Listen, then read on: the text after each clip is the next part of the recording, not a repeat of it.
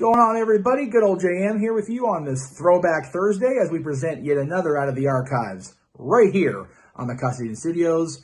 JJ, I know, has been working tirelessly to comb through everything on the NoDQ channel, on the Jeff Meacham Network, on his own Casa D18 Studios, on the J. Hebert 95 Studios, the Simple Man brand, to present to you something that you may not have seen before, something that you haven't seen in a long time, perhaps. I know I'm looking forward to what the Renegade has in store, and I hope you are too.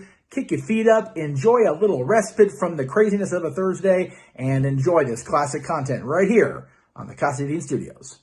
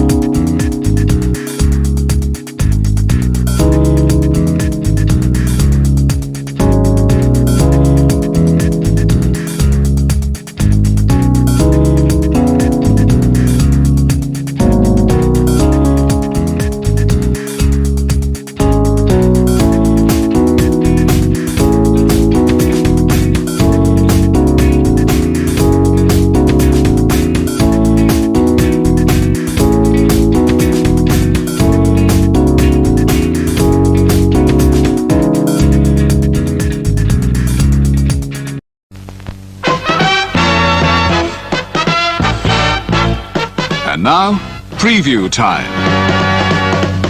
So let's take a look at what's coming your way.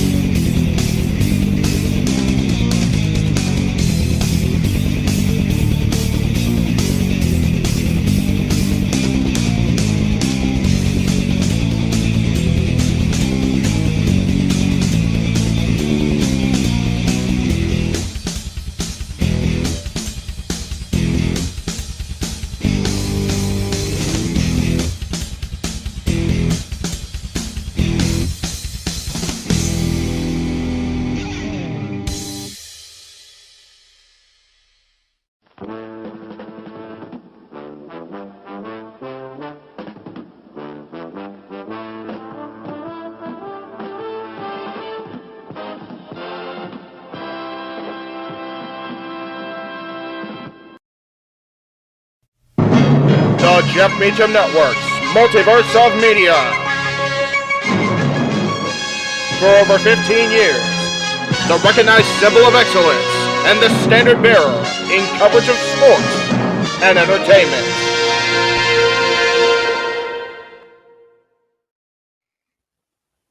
JJ, Jeff, you want to kick this thing off? Because I'm still trying to process everything here. Yeah, it's like, who wants to go first? Yeah, who wants to go first? Well,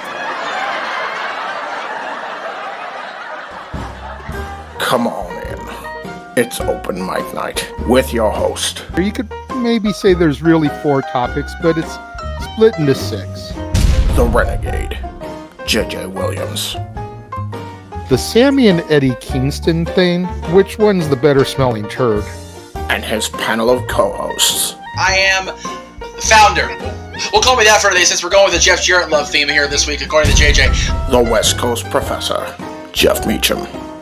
Karma is karma is karma. That's professional wrestling! Damn it! The Simple Man, Noah Foster. It's showtime! Yeah! How you doing, JJ? How you doing, Jeff? James. Yeah.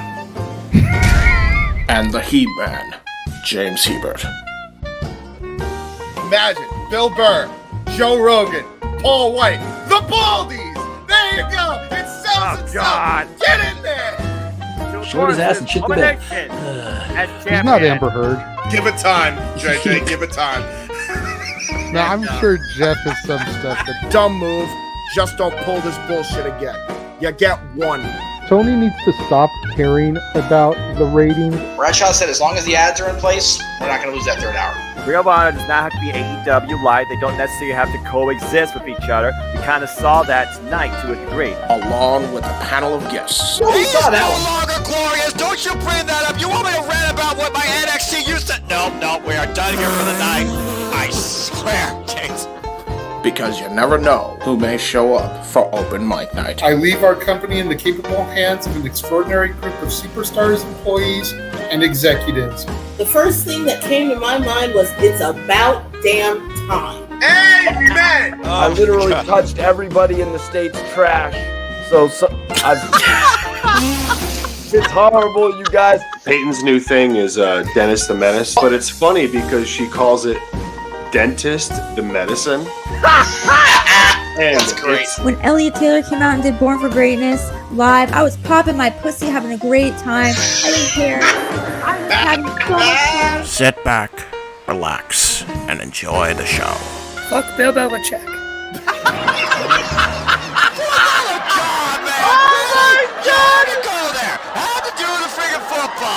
We got it on wrestling, and then you bring in that shit. That's just how the fan goes off the damn rails.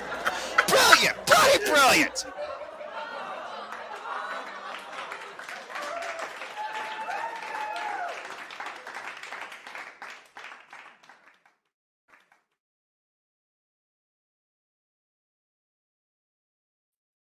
What is going on, everybody? Welcome to today's installment of Open Mic Night.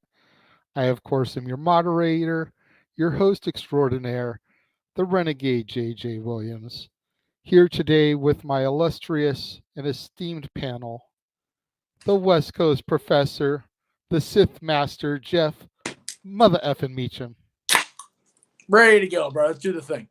The Heeb Man, James Hebert. Heeb Man himself. Got that, Bebs. And Big Baller G in the place to be. You know Raymond, how it is. Raymond, what is going on? Daniel, how's it going? Darren G. Gabrielle, good to see you. Hassan, thank you for being here early, the early birds. Gabrielle, absolutely rest in peace to Jay. That's why I made sure we threw that in there. But before throwing to the 10 bell, I wanted to have a little bit of that lighter side. You know, we made sure we shared that video during Talk Wrestling, and I wanted to slide that in there tonight as well. So, yeah, it's before we get too far into the meat and taters of that topic, I will say this. You know, we were all encouraged all week to hug our loved ones close after what happened with Jay and his daughters. Not a lot of people know, as far as in the wrestling circle, because I've kept it pretty quiet the last 24 hours. I left work early yesterday because my dad and my son were in a car accident yesterday. They're fine. The car looks like absolute hell, but they're fine. But I'm at work when this happens. They're getting ready to send me home early because there was too many of us and too little work to do because we slow for now. But goddamn, man, please, if you guys do nothing else before you all go to bed watching this show, before you all, go out to work tomorrow morning, give your loved ones a hug and a kiss because you just don't know, man. Yeah. Ugh. Yeah. Scary shit yesterday.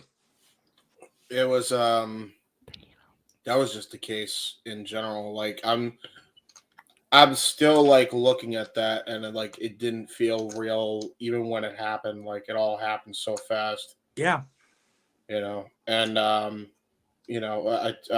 was talking to my dad and called my mom immediately because it's something that you don't realize until you have like reality kind of hit you in the face like this. And it was just so weird, James, because I was literally waiting for the clock out to go home, and Dylan calls me. It's like he never calls me on a Friday unless he's just saying on my way to mom's, at mom's, whatever. And I hear road noise, and I'm like, okay, and I'm thinking shit goes through your mind, and then he says we're in an accident. First thing out of his mouth, we're in an accident. I'm like, oh my God, he's calling me. Why isn't Dad? Why isn't Mom? My brain's just all over the place. So yeah, just again, we're talking about Jay briefly here, and we'll go into other stories that have circulated throughout the wrestling world this week. But again, y'all, Noah's gonna tell you at the end. Noah is here tonight. Jay, he's on his way, or hopefully, I haven't heard anything from him. Okay. Yeah. Honestly, if he doesn't show up for a rare time, I wouldn't be surprised after this week. I'm gonna be real. I'm gonna be real. I think he's definitely taken the Jay death the hardest by judging his reaction. No, I don't begrudge it for a second. I was just saying, if whoever closes the show, whether it's Noah and his usual awesomeness or one of us, just again, can't have said enough, guys. Just appreciate what you have, and more importantly, who you have. Yeah, for real. Absolutely. So before we get too deep into the topics at hand, and yes, as alluded to, the Jay Briscoe situation will be the opening topic. Just want to go around the ring here a little bit, see how everyone's doing this week, how everyone's been since last week. Big G, we'll start with you. How's it been this week, man? Doing pretty good. I mean, we talked about Jay on Tuesday at Talk Wrestling. AEW is what it was. SmackDown, if you watched it, was what it was. I did start watching the Eagles and Giants game earlier after I got off of work, and of course the Eagles, they're winning. So, and I did wear them boys shirts on Tuesday. You did, representing the Briscoes, and I'm gonna be, I guess, rooting for the Cowboys against the Niners. But other than that, I'm doing pretty good. Good. Yeah, it's interesting that the four of us were all here together for Talk Wrestling, and now we're all back here for open mic night. I know Scat Boy and Dory Lou both said that they'll be chiming in after work. Just gotta wait for them to get relieved of their duties and get home. Yes. James, how have you been since we saw you last on Talk Wrestling? Well, I know the Briscoe thing hit you probably harder than it hit the rest of the three of us, and especially when you saw that video that was shared on Tuesday, and then that was aired right before his 10-bell salute. Yeah, I know that hit you pretty hard. How are you doing since this, man? Consider this a mental health check on all the guys in the room right now. We're doing it live? Okay, well, fuck it. All right, so I'll just be raw about it because, no pun intended, obviously, since this is a wrestling show. Yeah, exactly. There you go.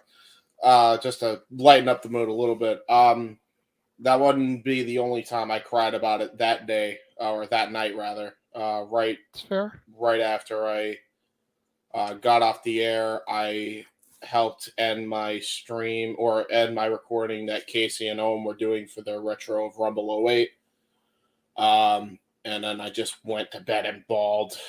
Like it was rough. But from there, I don't know. It was just things kind of after the initial grieving. I don't know what happened, but like things were going good after that. Like without getting into too much detail, things started kind of going in the right places. Made connection with an old friend. We've buried the hatchet on things, and then we from there I ended up recording a fun retro on Rumble 2000, which was also in the garden with Owen, and good. Had a fun, which is funny because I was expecting bigger things, but then I realized, oh wait, this Rumble's not that great, the actual match itself, but the street fight rules, table match rules, Taz debut rules, even though we saw what happened afterwards. So we had a good time talking about the Rumble, and lots of laughs were had there. So it's been pretty good. It's been pretty good. Lots of laughs have definitely been had in my house over the last 24 to 48 hours with the Rumble. As kind of told you guys before we came on the air, my daughter's here this weekend. Apparently, she just started to finally get into wrestling on her own. She sat down with me and with her Uncle Jeff a few times, tried to watch it. Her Uncle Mikey, who will be in the room later. And she's like watched it, but never really got into it, never really taken into it. But for some reason, she still hasn't told me the full reason what made her decide to sit down and try to give it a chance on her own. But she started sitting down recently, watching it, and she is a huge fan of our tribal chief, the head of the table, the big dog, Roman Reigns. That's the reason. So, well, but what provoked her to sit down and turn it on to see him in the first place? Like, that's what I'm curious about. Was it a conversation with someone at school? Was it a conversation maybe with Jeff's son, Dylan, who's a longtime friend of hers? Like, what inspired her and put that thought into her head? Like, hey, I need to sit down and watch Raw, SmackDown, whatever, and see what's going on in this world. But she's a Reigns fan now. She's a member of the bloodline. She's an honorary Oos. Ooh, Oosie, feeling Oosie. I think I have. My niece. I may have the answer. Go for it. Okay. Who was the actor that played Aquaman? Dude, Jason Momoa. What? Because that's the reason. Because he looks like Aquaman. The Wish version of Jason Momoa. Yeah. So she, That's fair. because Jason Momoa looks like Roman Reigns, she probably looked at Roman Reigns and is like, okay, I'm gonna wrestle now. That's a fair assessment. But yeah, There you so go. for like the last 24 hours, I've been watching old Rumbles, getting ready for a show we're gonna film, me and Jeff. Coming up here this week, we'll go ahead and throw the shameless plug out there now, and we'll get to it later. The top 10 biggest surprise entries in the Royal Rumble. So I've been going back and rewatching old Rumbles, and she's sitting here with Cece's daughter, Kyra, and they're just making up all kinds of random names for the superstars. And it's just a sight to behold, a spectacle to watch. Like, you think WrestleMania is the grandest spectacle of them all? No. A 14 and 15-year-old teenage girls coming up with their own nicknames, professional wrestlers, that is a grand spectacle. With zero references to who they are prior to going in. Yeah. Or what their storylines are or anything. Statboy has joined the room. What is up, Statboy? Hello, my internet fans. Good evening on this wonderful Saturday night. Saturday. Nathan, hello in the chat room. Emmanuel, I see you there. Hello. We acknowledge you, Nathan. So we'll come back to you, Statboy, because we were already going around the room. Meacham, how have you been since Talk Wrestling? And Disney'd the hell out. Is there such a thing? Well, even for me, yes, there is, and I will say that with an asterisk next to it. So we finished Talk Wrestling, as somber as that shit was. I get up the next morning at a.m. in the morning, down to Anaheim to sign in.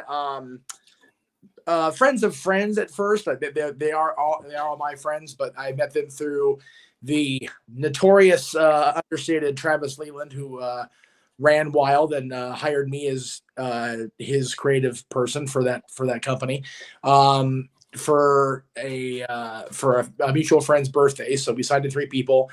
Kind of turned into a cluster for a good chunk of the day because of birthday party familial issues, and we all know how that goes, especially at a theme park. It just is what it is. But it turned out really nice. Went over to Star Wars Land to kind of end-ish the night. Oga's Cantina was, anybody that's been to a theme park or seen the scenes in Star Wars with the cantina, you know how they do. I will say it's good to see Rex, the former captain of Star Tours, who's out of work, to get a job as a DJ. It's even funny to hear him, when he powers down every once in a while, he starts laughing like this. And if you know, you know. Anyway, so Thursday, went back to Disney even earlier in the friggin' morning because I was there when the park opened, rope drop, with my scooter. Somebody's a glutton for punishment.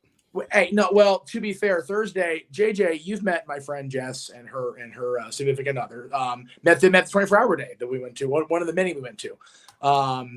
So I signed her and her boyfriend and their friend who was celebrating 90 days sobriety. So congrats to our mutual friend now, Grace, for that. And we celebrated by going to the cantina because that's what Grace told us to do. She goes, "We want you to do this place right. It was all their first time in Star Wars Land. So she didn't want to like downplay doing everything. So we went to the cantina and she insisted we have proper cantina beverages. So she had coffee. The rest of us didn't. And then we went over to not only the cantina, but Trader Sam's Tiki Bar at the hotel where they have their really good drinks.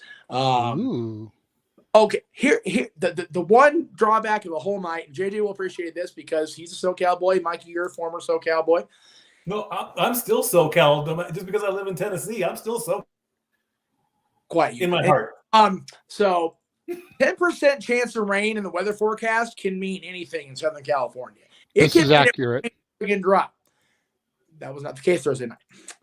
Because as we're outside on the patio at the Tiki Bar, 10% became 100% in about 0.5 seconds. Cool.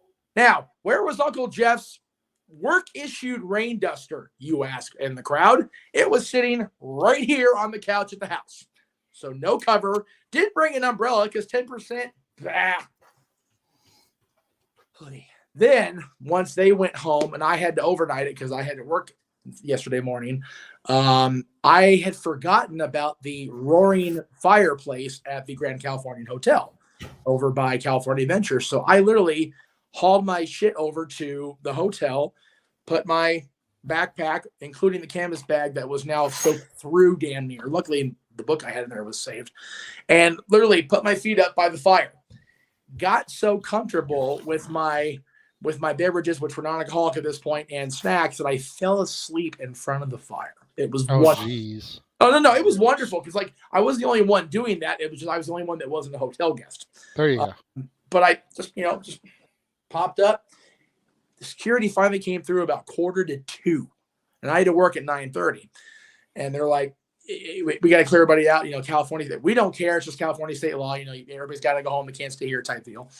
And are you against the hotel? I said, no, but I showed him my blue ID and he goes, just find another place to be. We're not going to run you off the property. We understand. It is what it is. So I literally just went over to Casa D18 and started my day pretty much. I got showered. I got shaved. Can't tell now, but got dressed, had breakfast, and just went to work at 9:30 after discovering that, well, I can't get into what happened, but basically I was double charged at one of our restaurants. I have to find out why at City Hall in the morning. That'll be a fun start to my Sunday. There you go. Outside of work, great stuff other than the car accident yesterday. Just realizing that I get to be here for the Rumble with you guys. Yes. I get to be here for NXT coverage of Vengeance Day, which I did not know until yesterday. And I officially found out I am off for my birthday and that week, so I may still go to San Francisco. I haven't decided if I'm going yet.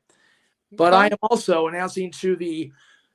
Can you move me over just a second, JJ? Can you move me over here real quick? Since you're producing. Thank you. I am not to the entirety of the multiverse of media. Jeff Meacham, whether he's on site or in the room with us, will be at WrestleMania week for our coverage. All right. Very cool. Very cool. Tasty beverage to that. Before we throw over to Mikey, let's bring in Dory Lou. Yay! How's it going, Dory? It's been an interesting day. Okay. Interesting day. Well, Mikey and I actually got to work together today. We don't do it very often. We have some interesting customers on occasion. Like those people who don't carry proper ID with them and then get mad when we won't sell them stuff. Now, to be clear, this isn't a Dollywood. No. Okay. No, this is at the gas station we work at. Gas station ID. Okay, these are always fun stories. Oh, yeah.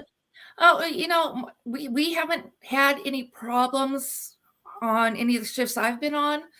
No, it's like, okay. Oh, Mikey has. And it's just, it's like, okay, may I see your ID? Well, I don't have it on me. Well, then I can't sell you this item. why not? Because you're under this age and I need to verify you are old enough to actually purchase this item. But the guy yesterday did it.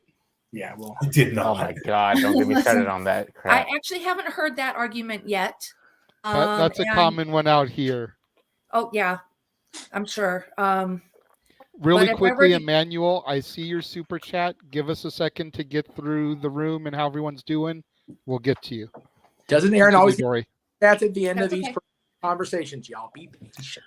So yeah, we so far I haven't had any difficulties with it. They've been, they haven't been happy, but they haven't like custom got an attitude or anything. It's like, well, then I guess I'm not buying it. Okay, have a great day. Okay. There you go. They're not gonna find me for not selling you a bottle. Honestly, I haven't got at least you haven't gotten that Karen energy yet. Like that's when you dread it the most, when that eventually starts happening. That was last year for me. Well, oh boy, they are in Tennessee, so Karen Jarrett could be a possibility. God forbid.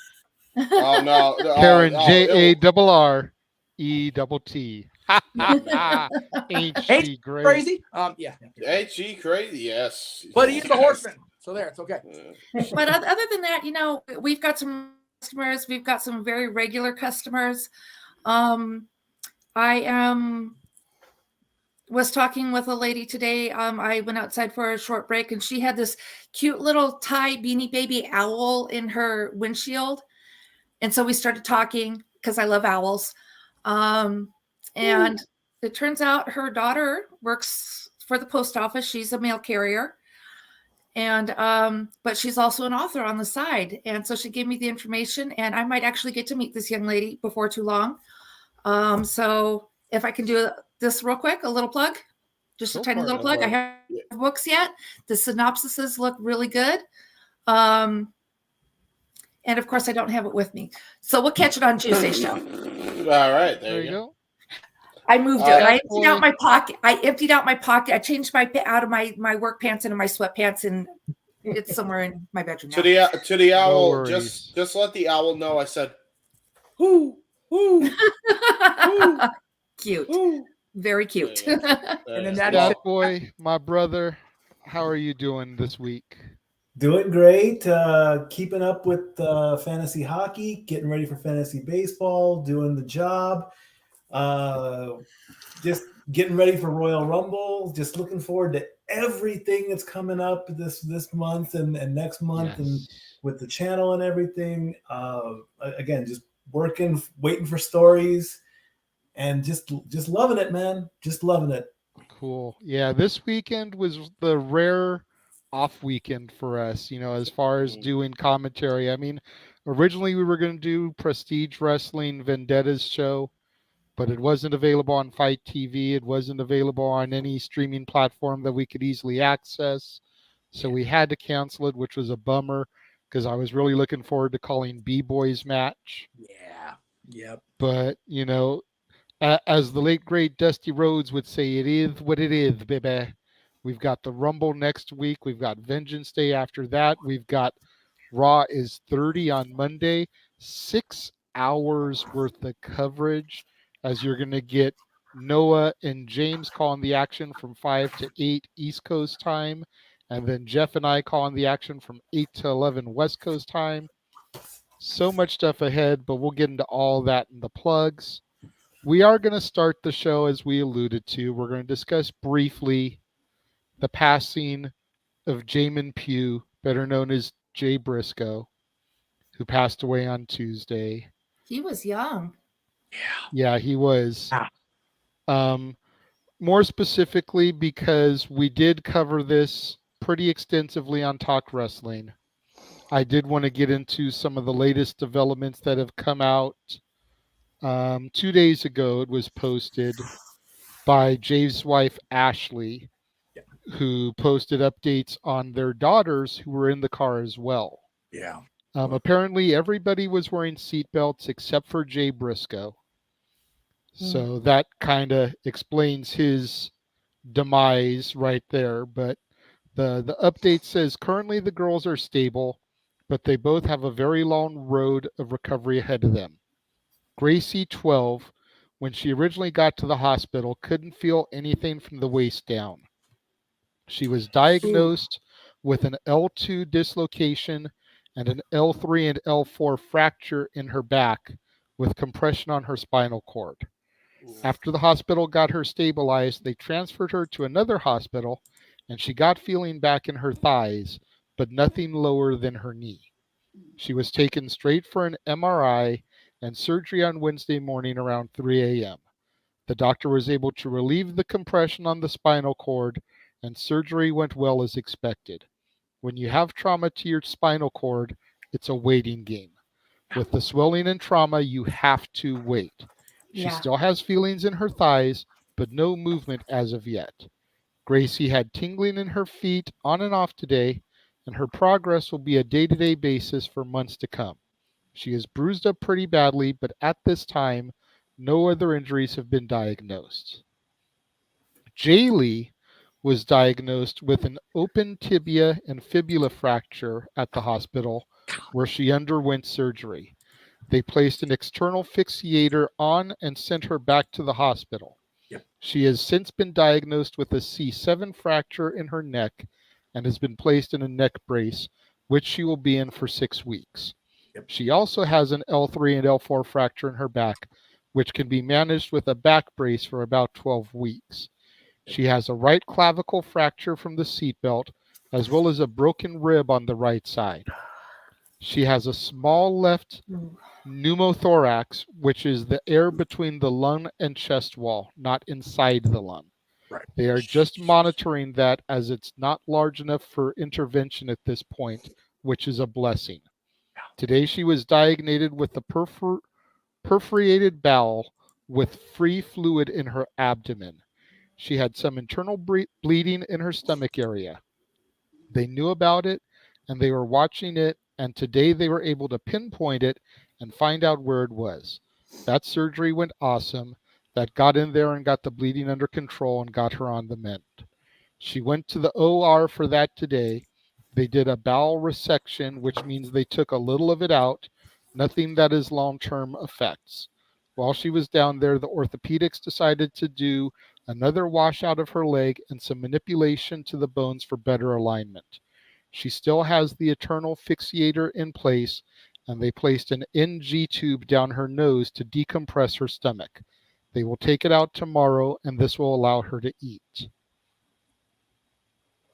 It was then stated that both girls are in a lot of pain, and they were hoping for a good night's sleep. Family's friends asked for continued prayers for the family, and Ashley thanked everyone who has prayed, supported, donated, or helped in any way. To which I did see a tweet that the Steen family, Kevin Steen, donated $10,000 to the cause and the recovery and everything. So big ups to you, Kevin, for that. You know, Jeff may say that you were always a dick to him in public, but when it comes to stuff like this, you definitely can see the softer side of the KO show. It has been so, and again, a good chunk of us have either been on the independent scene or worked with these guys or, you know, interacted with these guys over the last, God, the Briscoe's been on 20 years. The very first match 20 years ago. So Kevin's post was rough. Delirious, I think, was the hardest for me to read. I'm not gonna lie. I mean, they've all been god awful. Just heart-wrenching. But Delirious's post really hit a tweet post really hit home. Pierce, I mean, God, Pierce was back with these guys so long too. It's crazy how people forget how far back these wrestling families go. And it is so awesome for me, having known the majority of the people that I've seen post about, you know, the long-term relationships with Jay and Mark and with Ring of Honor and, you know, the other independents, and seeing the outpouring of support and, you know, prayer and positive vibes. If you don't believe in necessarily in the actual prayer deal, which, you know, right. It's very refreshing. Yes, this is a God. It's the worst thing that could possibly happen to a family. To kind of translate the medical techno stuff that JJ wrote out. Basically, the elder daughter is right now not confirmed to be paralyzed the rest of her life, and she does have feeling, which is so good. Not movement is not necessarily cause for a parade, but the fact that she's got feeling there is significant. So that's good. Yeah. Compression on the spine. Ashley's 100% right. It is a waiting game. It's a mucker feather, man. You literally have to hurry up and wait. It's like being a line at Disneyland. Got to hurry up and wait. Hurry up and wait for procedures, surgeries, appointments, everything. It's just sitting there and just doing this shit. It's terrible. Government policy. Hurry up and wait. Yeah, I mean, really, that's Disney corporate policy. That's hospital policy. It just is what it is. I would not be surprised if the Jay Driller comes out at some point Saturday night. I really would be surprised if it wasn't seen, Kevin or somebody during the Rumble or something. It was used quite a bit on Impact wow, I went way backwards. Dynamite apparently, and also during the tribute show that they filmed. I'll come back to it later when you guys talk to me again, but I do want to talk about the alleged decision by Warner Media about Jay and the tribute show, but I don't want to get too far down the negative rabbit hole either. Yeah, I was not really going to dive into that because I didn't want to get to too much negativity. It's already a kind of depressing topic, so if you wanted to just quickly get your 2 cents out, go ahead, Jeff. I don't want to stifle you, but I wasn't figuring to go down that hole. No, I just think that, the Briscoes are what they were what they were. Let me be clear on that. They were what they were. Yeah. They not are what they are anymore. Number one of them's not here. All right. Number two, they had earned their, for lack of a better term, their parole from television banning. Otherwise, they wouldn't have been Ring of Honor Tag Team Champions at the time of the relaunch. So that decision to not have a tribute show air on TV, I thought was bullshit.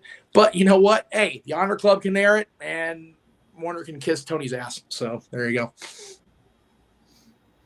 Yeah. I mean, I'm glad you said it, not me. Okay, good. I would have been way worse about it. Yeah, so got to be me, right? Yeah. So anyway, it is good to hear the girls are progressing positively. That's so good. Oh my God. Out of all the ones that you mentioned, as far as the words that are coming out on social media, I think the one that resonated the most to me and hit the closest to home was the tweet from Mustafa Ali. Oh, geez, yeah. Seeing all the love for the ones we lose is beautiful, but it really got me thinking how tragic it is that they don't get to see it. Someone inspires you, helps you, does whatever for you. Let them know. Yep. Start giving out them flowers and love while they're still here. Yep. I agree. Yeah. We've talked about that before on this show, Jay. We mention it all the time, and not just when somebody dies, but when something, when we reminisce about the past and we talk about, what do you call it?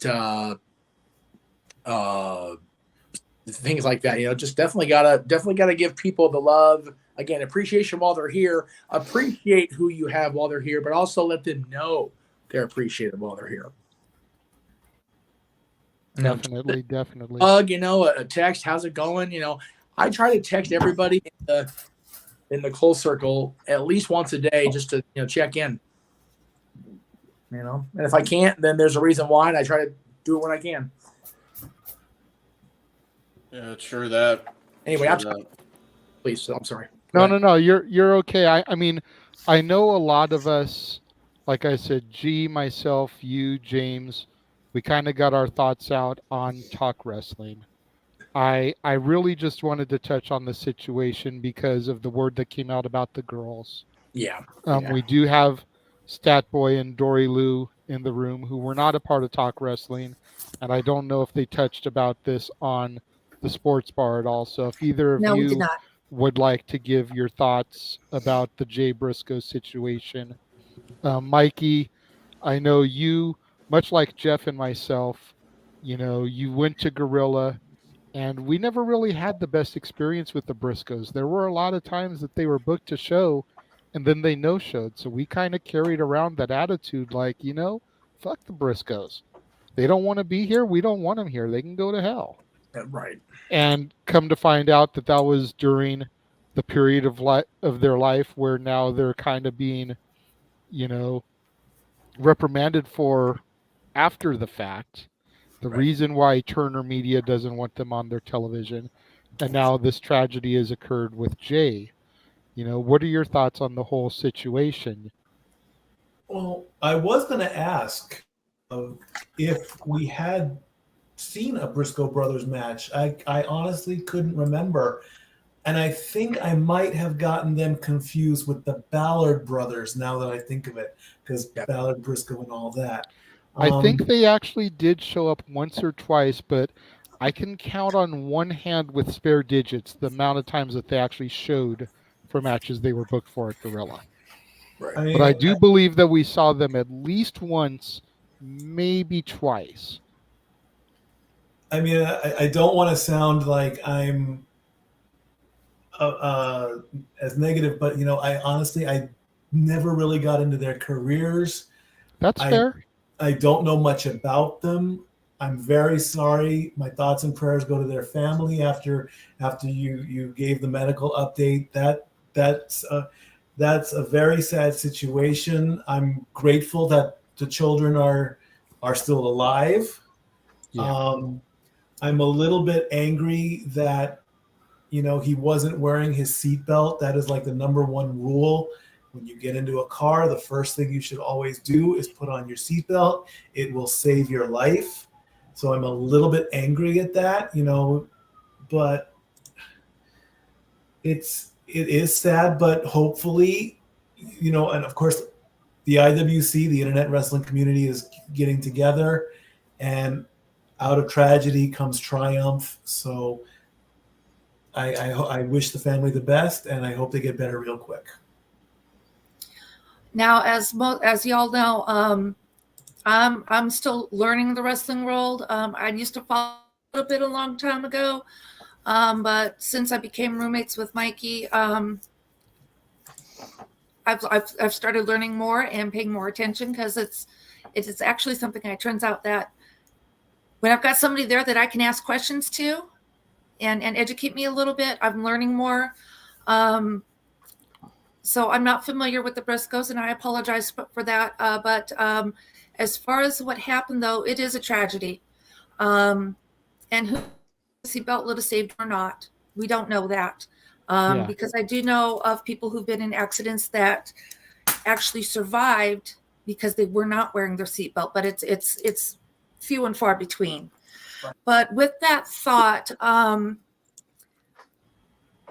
keeping the family in prayers. They're going to need a lot of prayers. Those girls are going to have a long road to recovery, but I want to keep this in mind. And as regular viewers know, who come in on Tuesday nights for Sports Bar, I regularly do a positive. I try to keep positive vibes out there, because there is so much negativity in the world. And I think this kind of plays into this situation a little bit. And it's from Audrey Hepburn. It says, nothing is impossible. The word itself says, I'm possible.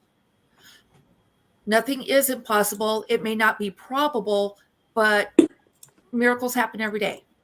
We'll have to wait and see what happens. But let's keep that positive thought, those positive thoughts out there. Absolutely. You messaged me privately about that, and usually I always try to send people home with an uplifting quote as well on open mic night, whether it be a song lyric or a movie thing or just a quote in general. And I usually try to do that at the end, because let's be real, there's so much negativity in the world of the internet wrestling community that it's always kind of cathartic to go out with a positive thought. So that's why I went ahead and I welcomed you to do that now while we were on the relevant topic, as opposed to waiting 3 hours and you maybe get tired, go to bed. Right. And then also I was going to do a similar thing as I transitioned here, because I noticed something the following day coming out of all this news and talk wrestling. And before I get into what I noticed, I wanted to go to these song lyrics from a classic Disney movie. I'm going to quote the 2 verses from The Lion King, Circle of Life. We appreciate that, the company. And I'm gonna do them backwards here because I feel like it transitions better that way. So verse 2 says, "Some of us fall by the wayside, and some of us soar to the stars, and some of us sail through our troubles, and some of us have to live with the scars. There's far too much to take in here, more to find than can ever be found. But the sun rolling high through the sapphire sky keeps great and small on the endless round." And then you go back to the first verse. And this is where we transition here and how it ties into the next part of this topic. "From the day we arrive on the planet and blinking step into the sun, there's more to see than can ever be seen, more to do than can ever be done." And the way that transfers into the next topic is that it was that evening, technically the next morning, when I saw the post. But Sean Spears and Cassie Lee welcomed their child late that evening, which they have decided to name Austin J. Very nice. All right. Born on the same day that Briscoe passed. And I have to wonder if they chose the middle name as tribute to Briscoe, or if that was always the planned middle name. But it just seems a little convenient that he was born late that evening after the tragedy occurred, and that is his middle name. Wouldn't surprise me a bit if that was done by design at that point. So first of all, congratulations to Sean and Cassie Without on a the birth doubt. of their baby boy. Yeah. Congratulations. Always cool. But just really made me wonder when I saw that news. Circle of Life stuff is real, man. Jay departs. Austin comes in. What are your guys' thoughts, James? Was that done by design? Was it a happy coincidence? Like, I think it was. Thoughts? From the looks of it, it might have been a happy coincidence, but very eerie for sure. Yeah, it's a rough one, man. I think it's been a rough for a lot of people. Yeah. Big G? I mean, it could have been a coincidence that this happened, or like you said, it could have, the news hit that Jay passed away, and they made like the last minute decision to pretty much pay honor to Jay Briscoe. I don't know if Ty Dillinger or Sean Spears has a connection with Jay Briscoe or the Briscoe brothers. They do. They do? Okay, if they do, then I 100% am behind that they did this for him. Big time. Mikey, what are your thoughts? Happy coincidence, or did they do it on purpose? I wouldn't say it. I would say it's a great term of respect and love when you name a child for somebody that has passed away or somebody in a family. That is a big staple in my faith, Greek Orthodox Christian, and the Greek culture. We're named after archangels. We're named after people in family. Me, myself, I got my grandfather's and my father's middle name to keep the lineage going and all that good stuff. I can also understand, though, how it can be a little bit creepy, scary, I want to say that there are some cultures that do believe in reincarnation. When a person passes away and perhaps they are reborn as a new baby. that could be a possibility. But that Hollywood can handle that situation much better than any religious background, I think. I want to say it's more of a term of respect and love than the negative, scary feeling of. I don't think it was negative at all. It was just either Austin J was the plan, or just it happened to be on Jay's passing. And yes, Hollywood does handle it good and bad. Look at Buck the dog on Married with Children. Oh my God! Way off the rails. New Bundy dog. That poor dog will never have any luck in his life, except he's named Lucky now. So there you go. Oh. We have gone off the damn tracks. Hey, not too much. Dory, what are your thoughts as we put a bow on the Jay Briscoe topic for the evening? From what I've been hearing, they do have an association with the Briscoes. They do know. I would like to think that they gave Austin the middle name Jay in honor of Jay. It may have been a last minute change with the baby being born later that evening. I'm sure they knew about it before he went into labor, or I wouldn't be surprised. And they decided to give him that name to honor whatever legacy he may have left, or their friendship, or whatever they may have had with him. Can you just, and again, we'll at least put a bow on it, Jay. The thought process, you're in the hospital ready to welcome a new life into this world, and one of your closest friends is forcibly has to check out. That's got to rent space in like Sean and Cassie's heads. I'm sure all of our heads. I mean, really, it's just it's been a crazy, weird week. Like Jay said at the top, Jay, it's been a weird week to say the very least. Yeah, Sean, I think more so than Cassie, because I don't think Cassie was as close to the Briscoes as the Pinnacle were, because the Pinnacle, minus Max, because I don't know if he knew him as well, but like you got to imagine what the matches that Dax and Cash had with the Briscoes, like how close they got around that time. Yeah, and I think even Cash, or it was either Cash or Dax that said it. It was just like, all they talked about when after the match was over was their children. Yep.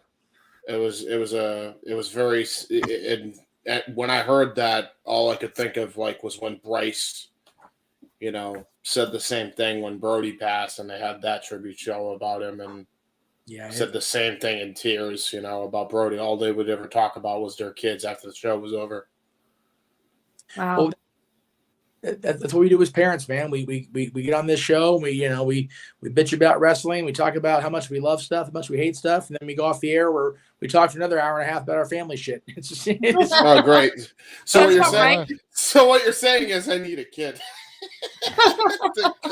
I am going to advocate or deny your right to procreate, James. I'm just going to tell JJ, please move the fuck on. I'm past my prime on that subject. We don't need to go down that rabbit hole. Nope. No, we don't. So before we dive into the next topic, let's take a look at what is airing this month on the Casa D18 Studios Channel. Yeah.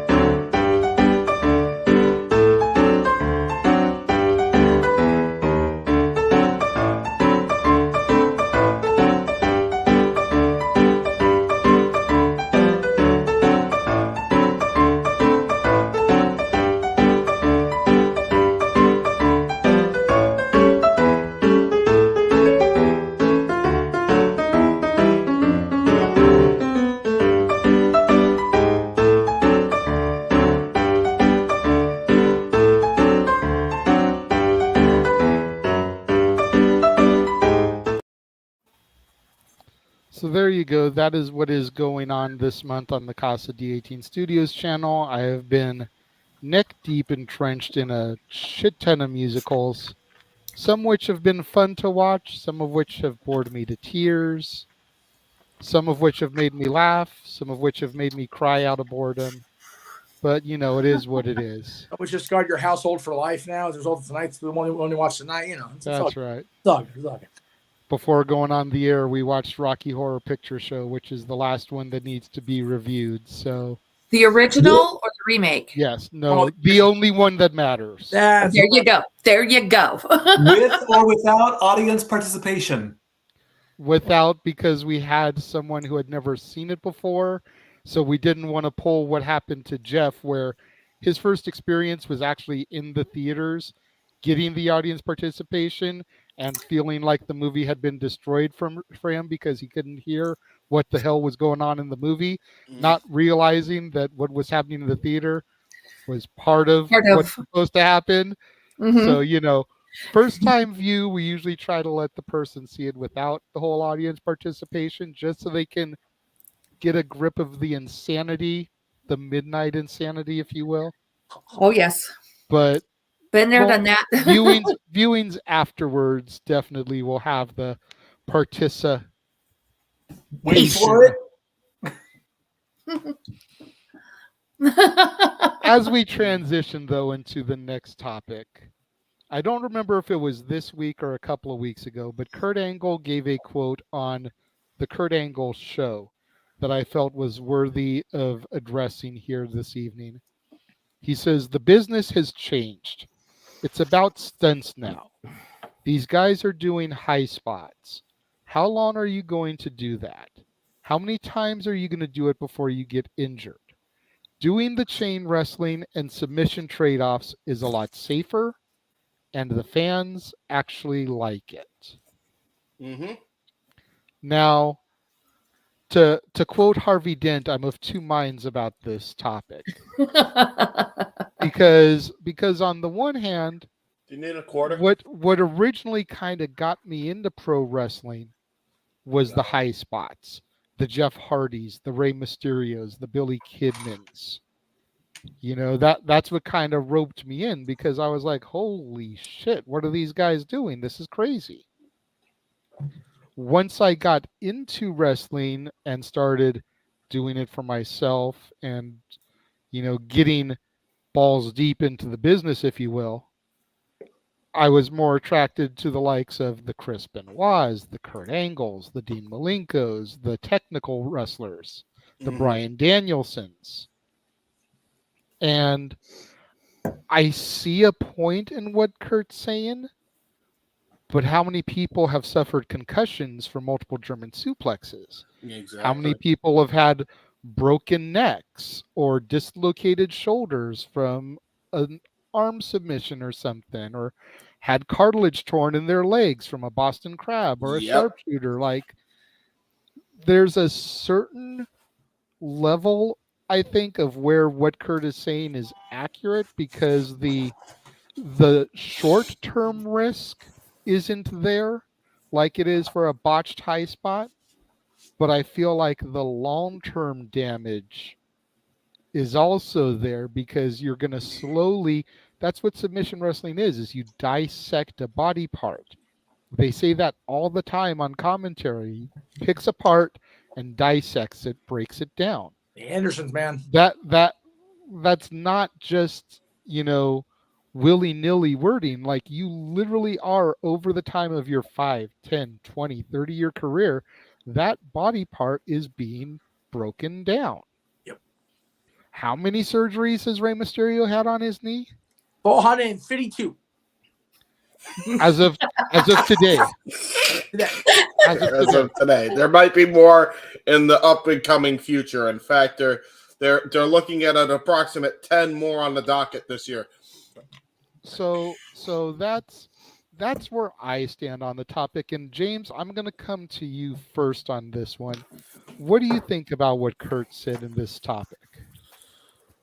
I think with Kurt, what he's saying is very wholesome. in one respect, because he wants everybody to be safe, which is, typical Kurt. He just wants people to, have a safe time while having a good time, and that's great and all.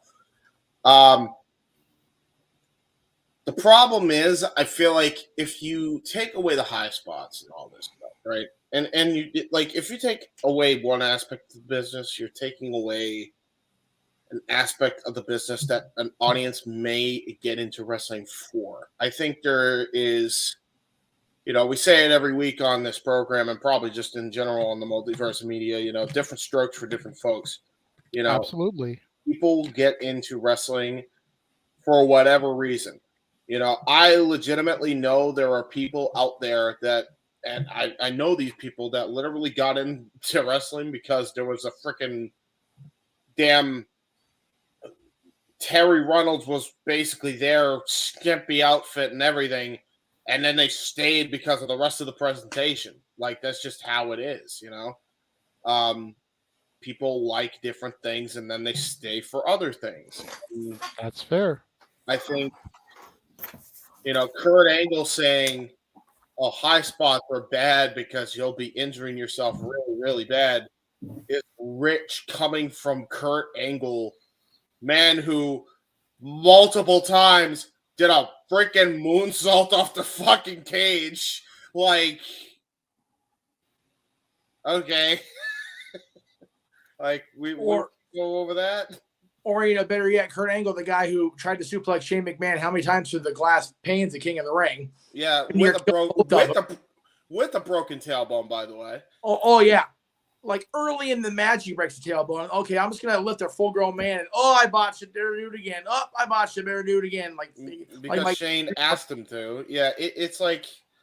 Hey, let's not rag on one of the top 5 wrestlers of all time, according to Mansfield, who's not here this evening. Well, to be fair, Kurt is legitimately a top 5. No, I'm talking about Shane McMahon. And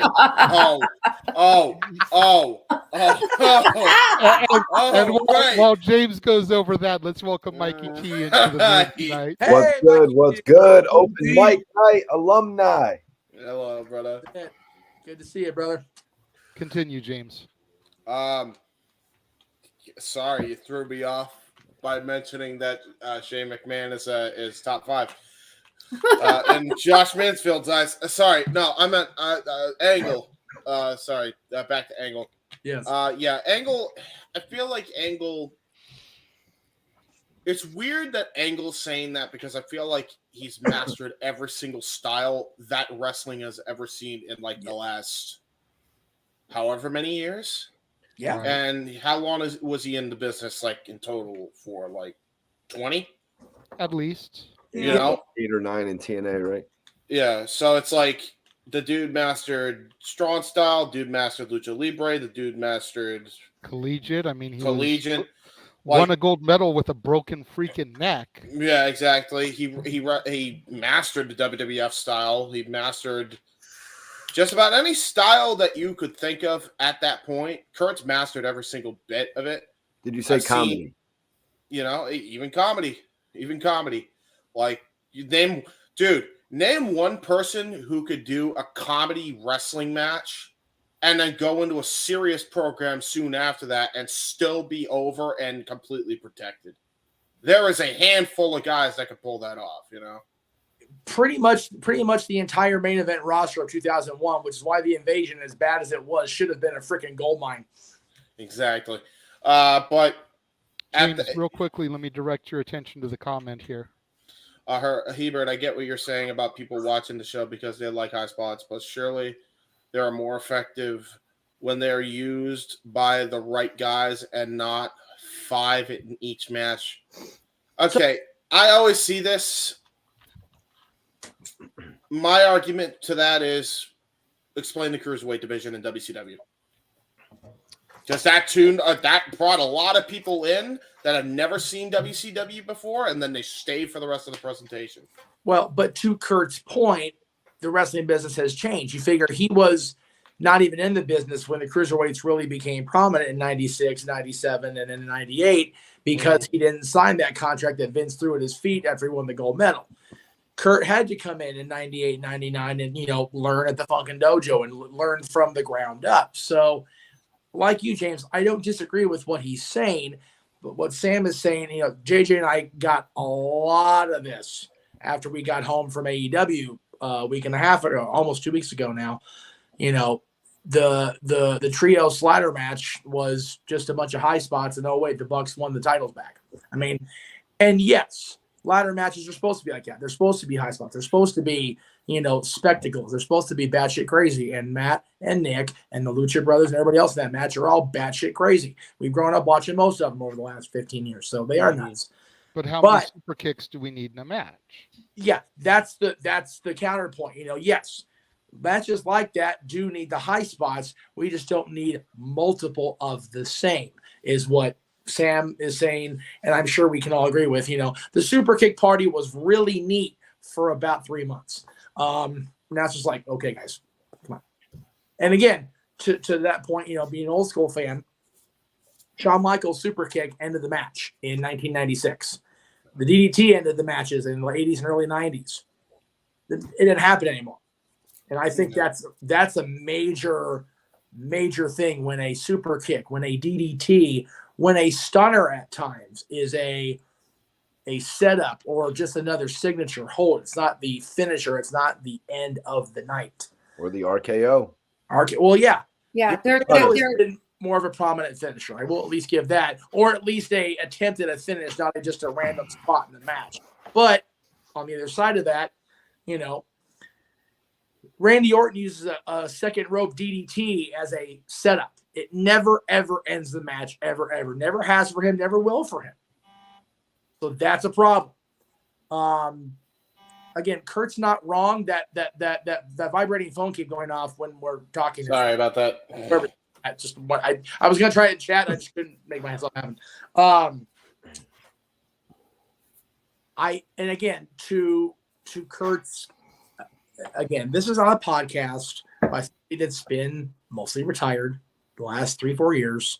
This happens a lot, right? The guys get out of the game, but they're still involved in the game, either making appearances like Kurt's going to be on Raw Monday, just like Kevin Nash, we're talking about later, is going to be there on Monday, I think. Or no, maybe not Kevin, but some of the click will be there Monday.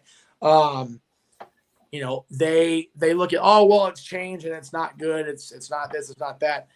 It's not good for you watching from home. It's not good for you not being involved anymore. That's where I think the real crux of the post is okay. Kurt's talking to, I think his co-host is Paulie. I forget which one of Conrad's Minions hosts. Whatever, yeah. Paulie, right? He had taken over the show from what I heard on when he co-hosted Jeff.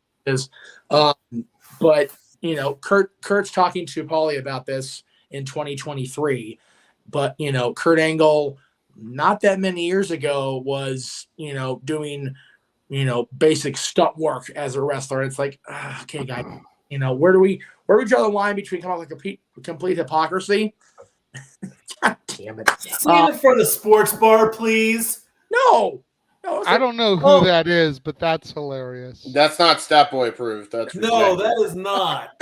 But by the way, that account was created during the existence of Stat Boy Sports Bar just to troll him every single Tuesday. I don't know.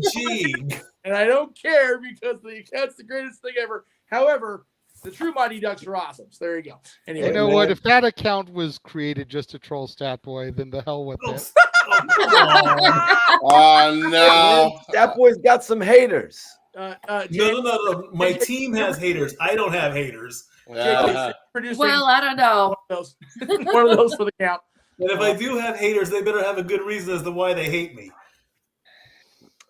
I live with you. People already have haters. I'm kidding. Oh my God, Dory! Off the rabbit hole and off the rails. Let's bring it back. Bring it back. Bring it back. Yep. We can rag on Mikey later. Tuesday night, 11 o'clock Eastern 4 Pacific on the Jeff Meacham Network and the Casa D18 Studios. Anyway, yeah, it's again, Kurt's saying this now, but Kurt, like you said, James, he's adapted the style better than anybody. Overall the style, every style. By the way, including hardcore, quote unquote, garbage wrestling. Which is full of spots and shit. So For the record, he wanted a match with Omega at one point. I remember him. Well, that is very good point. G, back me up here. Again, Ricochet, who gets lampooned across the NoDQ galaxy, the poor bastard, doing these high spots. Yet, Braun Strowman's moving like a cruiserweight through the ring. Yeah. You're right. Absolutely right. Yep. Yeah. So I mean, I like both, but it's really... I like both too. But it's just I was trying to get G to transition to talk more about this, but he didn't pick up on the hint. So I was gonna throw to you next anyway, Big G. So that was a perfect attempt at a transition. I wasn't trying from one Jeff to the other. So I'm gonna going off. Strowman is a big guy moving like a cruiserweight. A lot of the big men that we've seen wrestle are very agile. As far as what Kurt Angle said, it's a different time, it's a different era. A lot of the wrestling nowadays are high spots. WWE,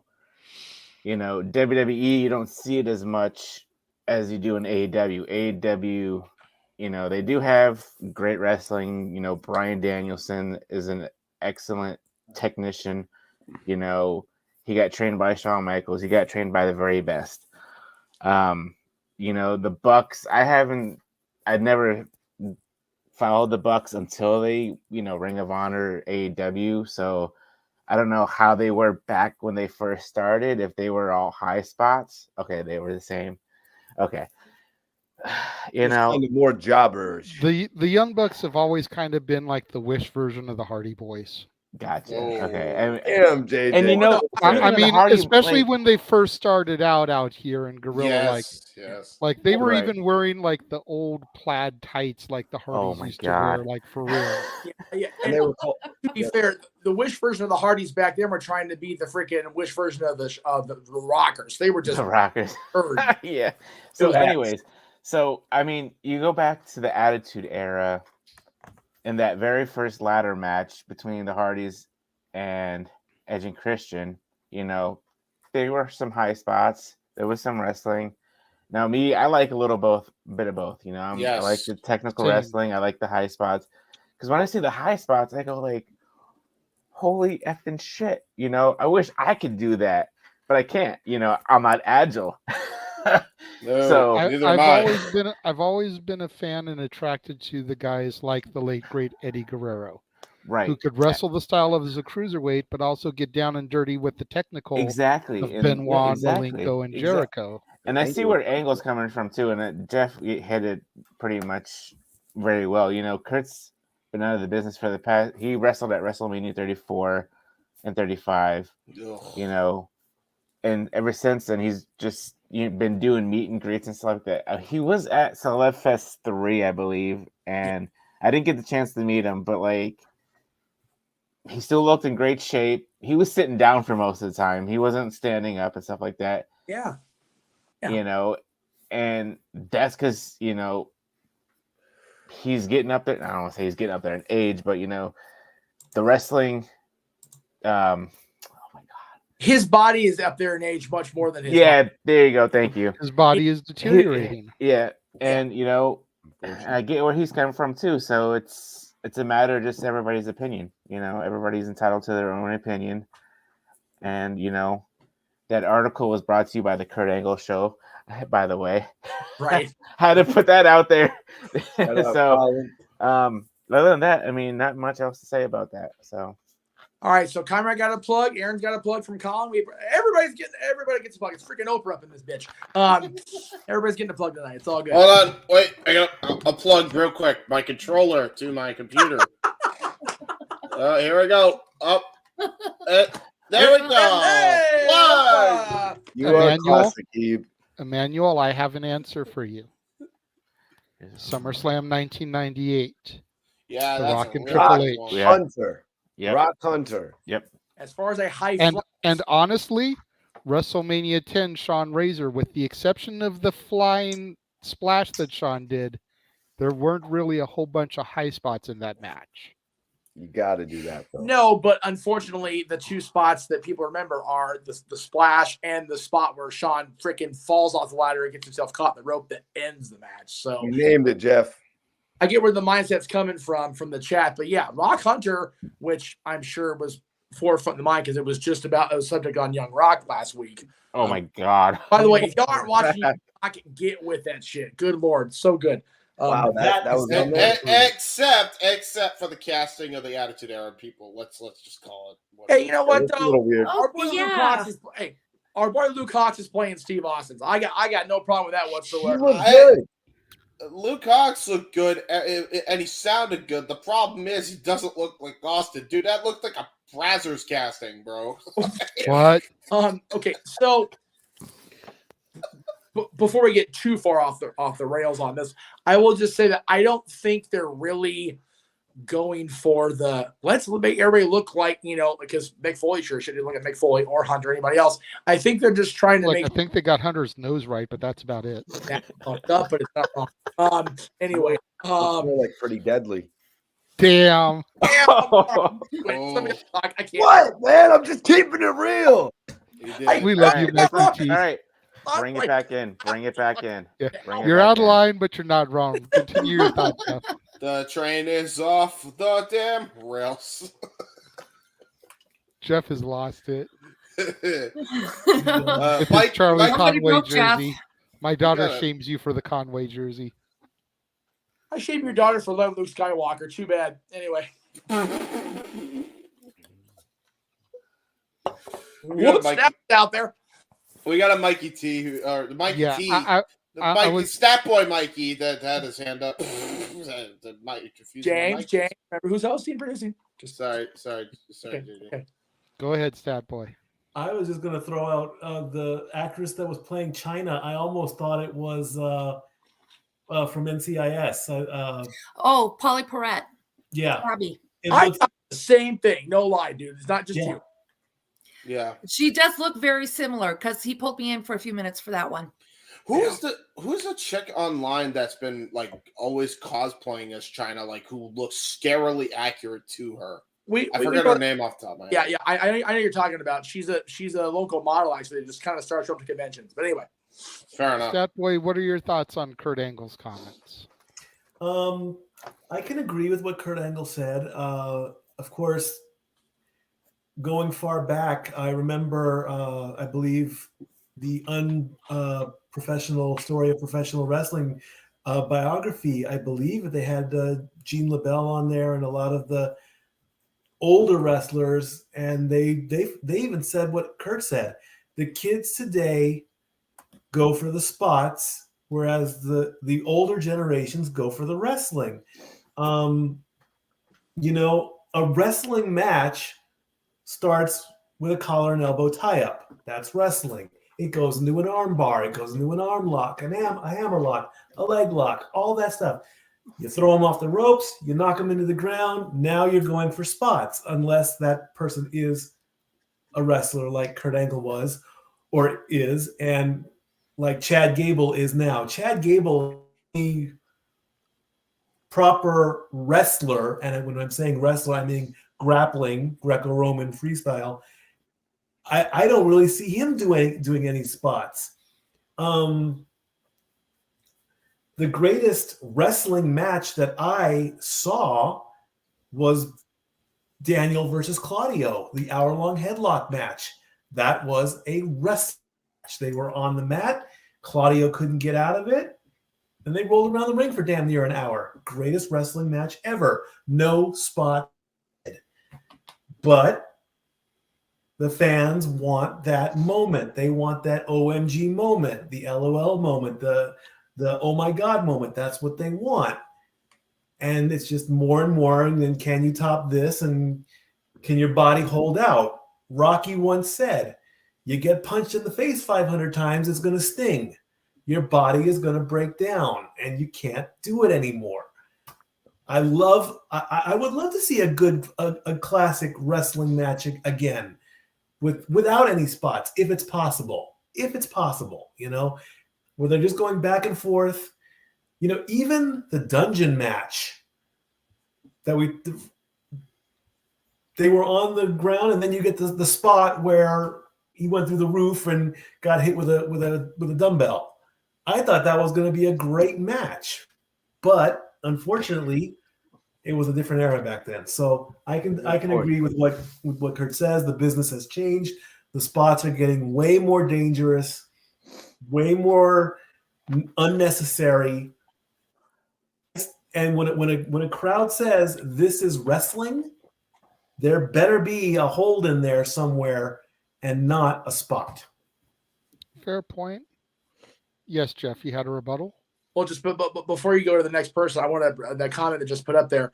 I find it so crazy that the last pure, if you want to call it TLC match that included those three teams was actually won by two of the best wrestlers in last 25 years, Benoit and Jericho.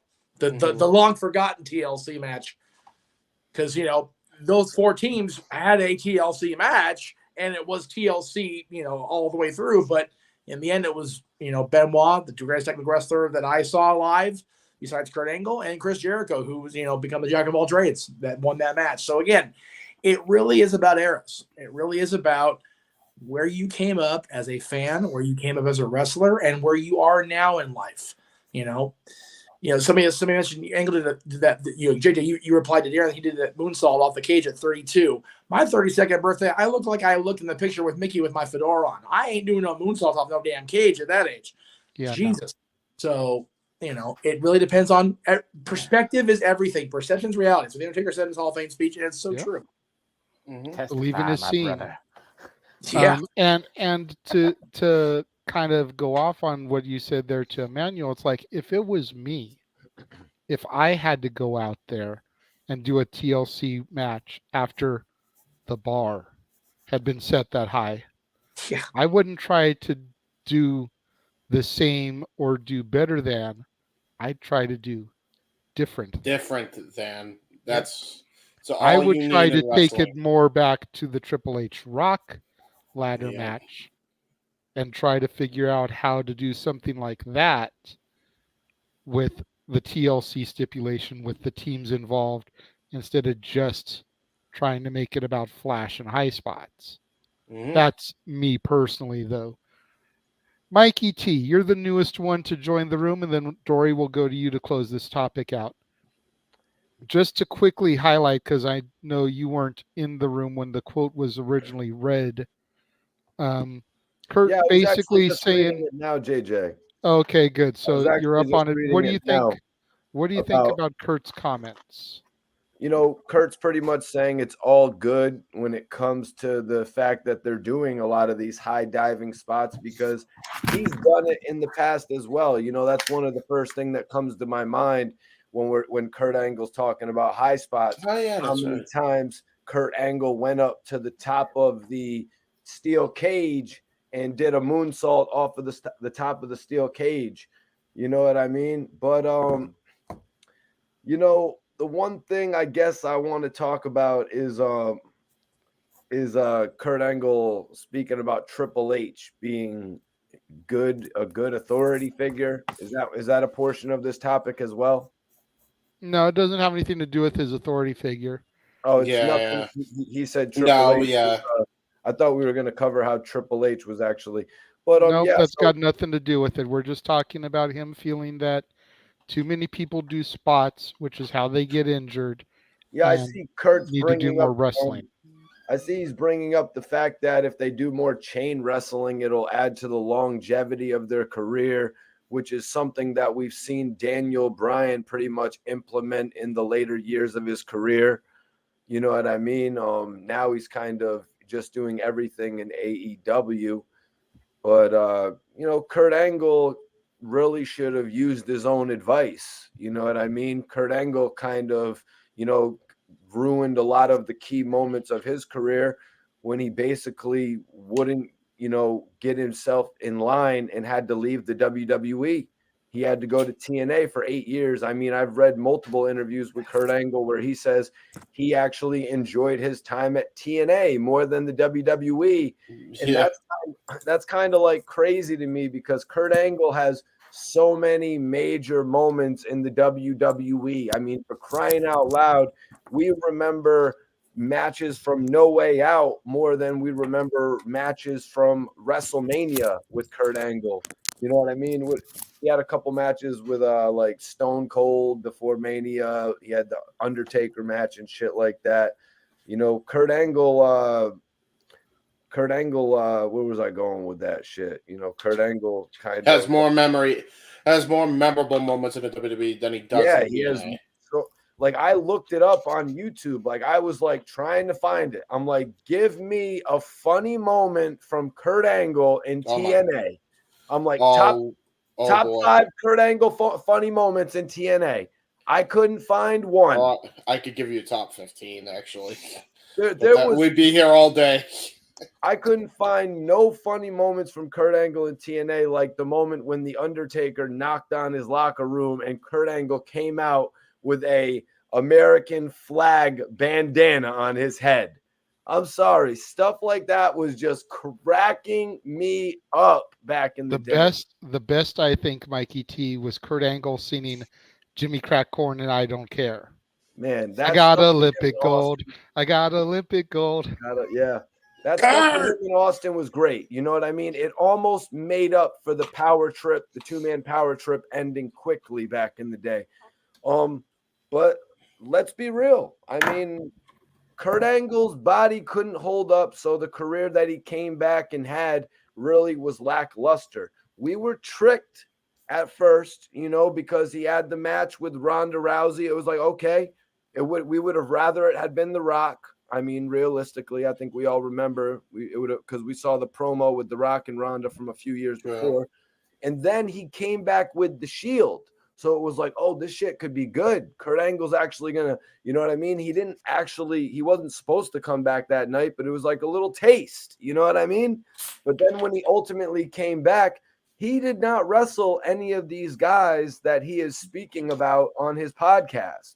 He's not wrestling any of these guys that are actually all this acrobatics and all the stuff that you're talking about Eddie Guerrero doing so perfectly that Kurt Angle could just about do. You know what I mean? He could just about do it, but not with all the cruiserweight, you know what I mean, aspects so much, because he was a bit bigger. You know what I mean? He would have never really fit in that division, I don't think. It's fair assessment.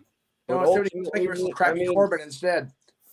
So he ends up fighting Baron Corbin. You know what I mean? So that whole top 5 debate of Kurt Angle, I mean, yeah, he's definitely a top 10 wrestler. I mean, if they did the best thing they could do, I would have to say for WrestleMania, I mean, for Raw 30, would have Kurt Angle come out there and then Ken Shamrock's music hit, and they just have a little face-off in the ring. Just nostalgia, just because we all know that Kurt took Ken Shamrock's move and kind of, you know what I mean?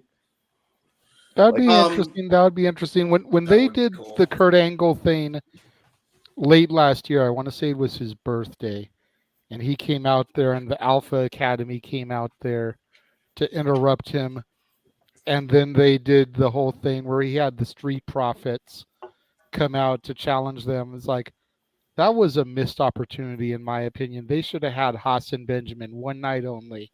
Right. Benjamin's already in the company, wasn't doing shit. Hurt Business was broken up.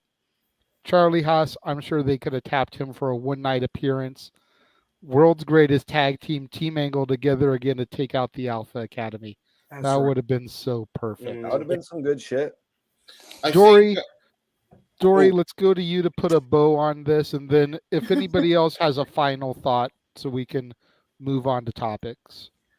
So I know we're talking about all the stuff with wrestling and it's that with any sport. With any sport, you're going to get hurt. The longer you play, the more likely you are to get injured. That's fair. Now, I was swimming, diving, and water polo in high school, and I have an injury from doing that I will be dealing with for the rest of my life. It's not too bad, but it's something that I have to deal with. But Mikey and I do, or Statboy and I do a lot of football stuff as well, and some of the injuries that have come around just this season. Some of these guys may never be able to play again. But it's a matter of they have to, no matter the sport, you've got to have those practices in. You've got to keep your body limber. You got to take care of yourself. Mm-hmm. And the better you take care of yourself, the longer you to progress. But there's always going to be that unknown factor that somebody is going to end up getting seriously hurt at some point, and it could derail your career. You may be able to recover from it. I'm thinking some of Edge's injuries, that he's been able to come back multiple times, but at some point he's not going to be able to come back. Yeah, you know, absolutely. something's going to happen, and it's a risk any athlete's going to take, no matter what the sport is. Just they got to take care of themselves to try and prolong that from happening. That's fair. That kid on the Bills had a hit. He was the one making the hit, random hit, and he stood up and down he went like a tree. Yep. And it was just a routine tackle. I mean, a routine tackle on Monday Night Football and sends the whole damn sports world into a friggin' tit. Just, shit happens. It all comes down to the fact that no matter how scripted pro wrestling is, it will always be a full contact sport. There's no way to prepare properly. Like, you can prepare as much as you want. Injuries are going to happen. Exactly. To defend Kurt Angle on a couple of points that Mikey T made, number one. Here we go, James. Yes, I know, right? Number one, I think in the case of Kurt, wasn't they tricked us and he wasn't ready. In fairness to Kurt, when he came back to the WWE, he wanted to wrestle. Vince went and completely vetoed it. His very last independent appearance was WCPW. He fought Alberto El Patron for whatever the fuck that's worth now. But he fought him, and he was still wrestling at a high level, and it was actually a pretty damn good match. Even a year prior to that, he was wrestling Zack Sabre Jr. in what was a fucking technical classic in progress. And this is like right after he was pretty much done with his time in TNA. So he was still wrestling at a high level. And I think Angle even said that had Angle started wrestling from the rip the night after WrestleMania on Raw, he wouldn't have had any ring rust, and he would have been able to, and he wouldn't have had the injuries catch up to him as fast as they did. But because he was inactive for so long, he was just not the same performer by the time they had him come back when he had the Shield debut happen. So that's it is what it is there, and he even said so himself. In the case of Angle not being funny in TNA, bro, the one moment that you have to go watch if you haven't seen this episode, and I encourage everybody to do the same, is the episode where Kurt Angle gets all of his belts stolen. This is right around the time he won every title in TNA, and he gets all of his belts stolen, his Armani suits, and his underwear. And Jeremy Borash is like following him around like a freaking sidekick the entire time. And Kurt Angle is butt naked, beating up people to get his Armani suits, his title, and his underwear back. One of them is Shark Boy. One of them's Shark Boy, who has a smile on his face naturally on his mask. And Kurt, straight face, looks at him and he says, "The hell are you smiling at?" And starts beating his ass. See, that might just have been a little too serious to be funny, though. No, dude. That shit's gold. No, bro. You have to see this segment, man. So it's not funny. He acts serious, but trust me, it is gold mine funny. It's comedy gold.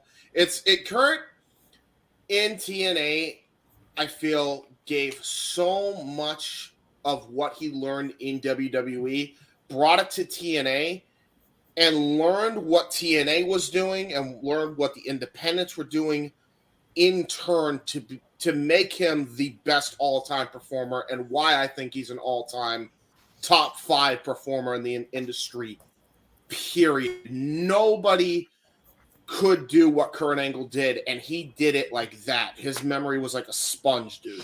Yeah, Kurt went to TNA, James, because he didn't want to deal with WWE telling him he had a problem. And yes, he had the problem and he ultimately addressed it. But man, originally his intent was just to run away from the problem. But while he was on that run, man, he had a hell of a friggin' run in TNA and really tried to help that company get, and again, people argue, when TNA really hit the skids prior to or during Hogan, whatever, that's a whole other show's topic on itself.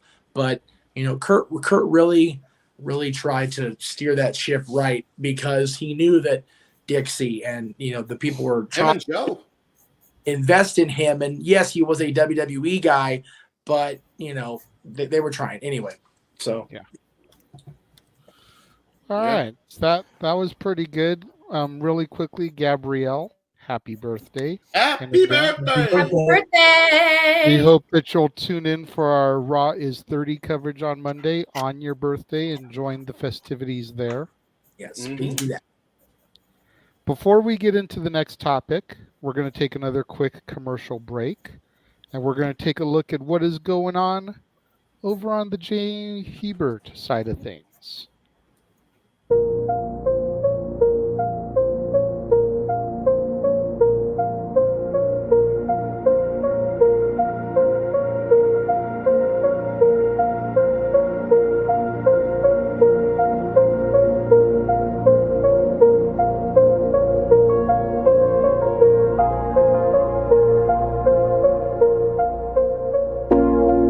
It's out of my hands,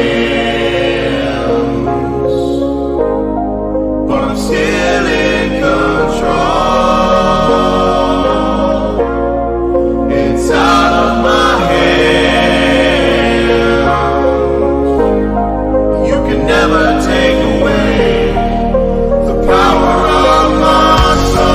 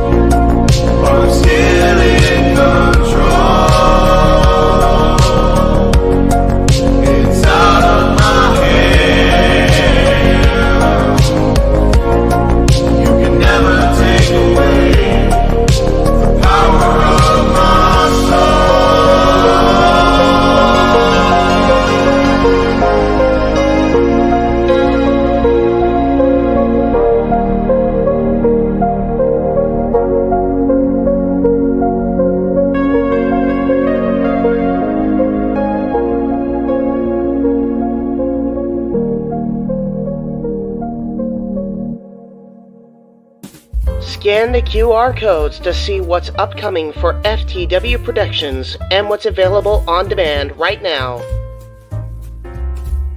Button Masters Stable Wars entire playlist. AEW Grand Slam Rampage and Dynamite Watch Party. Shared Experiences by Mistress Audio and Jay Hebert Side 95. Survivor Series 10-year retrospective. The Jay Hebert Side of Things, Episode 3. Star Wars Jedi Fallen Order Let's Play Series. Watch-alongs for Halloween Havoc 97 and Fully Loaded 2000. All of A Simple Man's Brand's Simply Predicting panels. Both episodes of The Don DeMarco Show. AEW Spark, WWE Aftershock, and Retro Wrestling Review Series. The entirety of the NASCAR Thunder 2004 Let's Play series. All of AEW's watch parties the last 4 weeks. Wrestle Kingdom 17 coverage in conjunction with the Jeff Meacham Network. A Simple Take. Both episodes available now. Super Mario Bros. Z voice acting. Breaking news. ATW View Impromptu. WYW Intro and Immortal Stream. Royal Rumble Match Marathon with retros of events following Marathon. Plugs have concluded. On to the video. There you go. So there you go, everybody. That is what is going on over on the Jay Hebert side of things. I appreciate Sam Fisher wants to check out my content that he wants it in the description. There you go. Good Sam, we will go back and do that once the show goes off the air, and we will do that absolutely. We appreciate your interest, and we also appreciate that you're loving the show so far. There you go, man. Thank you for tuning in. Thank you much. So, to coincide with Jeff's latest wardrobe change, the true reason why he wants me to send him the run sheet every week so that he can have his wardrobe prepared.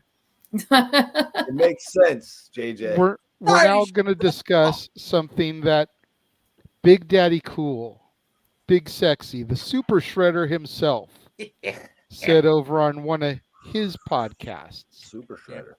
Where he said, quote, "If I don't go to WCW, there is no Attitude Era." Ooh. Okay, now I hear a lot of oohs in the room. I'm clicking this. I'm like, there's so many things that you can pinpoint as the beginning of the Attitude Era, the beginning of the Monday Night Wars, etc. But I think that Big Sexy has had a few too many chair shots to his big brain. Because if memory serves me correctly, his good buddy Scott Hall went a couple weeks prior to his arrival in WCW. So that was the true jump start of at least that part of the movement. On screen, You can definitely say that the birth of the NWO was a beginning of the Attitude Era. But for me, I think it always comes down to King of the Ring 96 and the birth of the Austin 316 promo. I mean, it's just one of those things, and they happened around the same time, same month, same year. Damn near same week. But at the end of the day, I personally feel that the true Attitude Era began not in WCW, not in the WWF, but in a bingo hall in Philadelphia. Mm-hmm. Because at the end of the day, both companies stole ideas, storylines, and talent from the little engine that was Extreme Championship Wrestling. So much so that it pretty much was a contributing factor to why they went down. But I just feel like Kev here, a little bit too much of the revisionist Kool-Aid, if you will.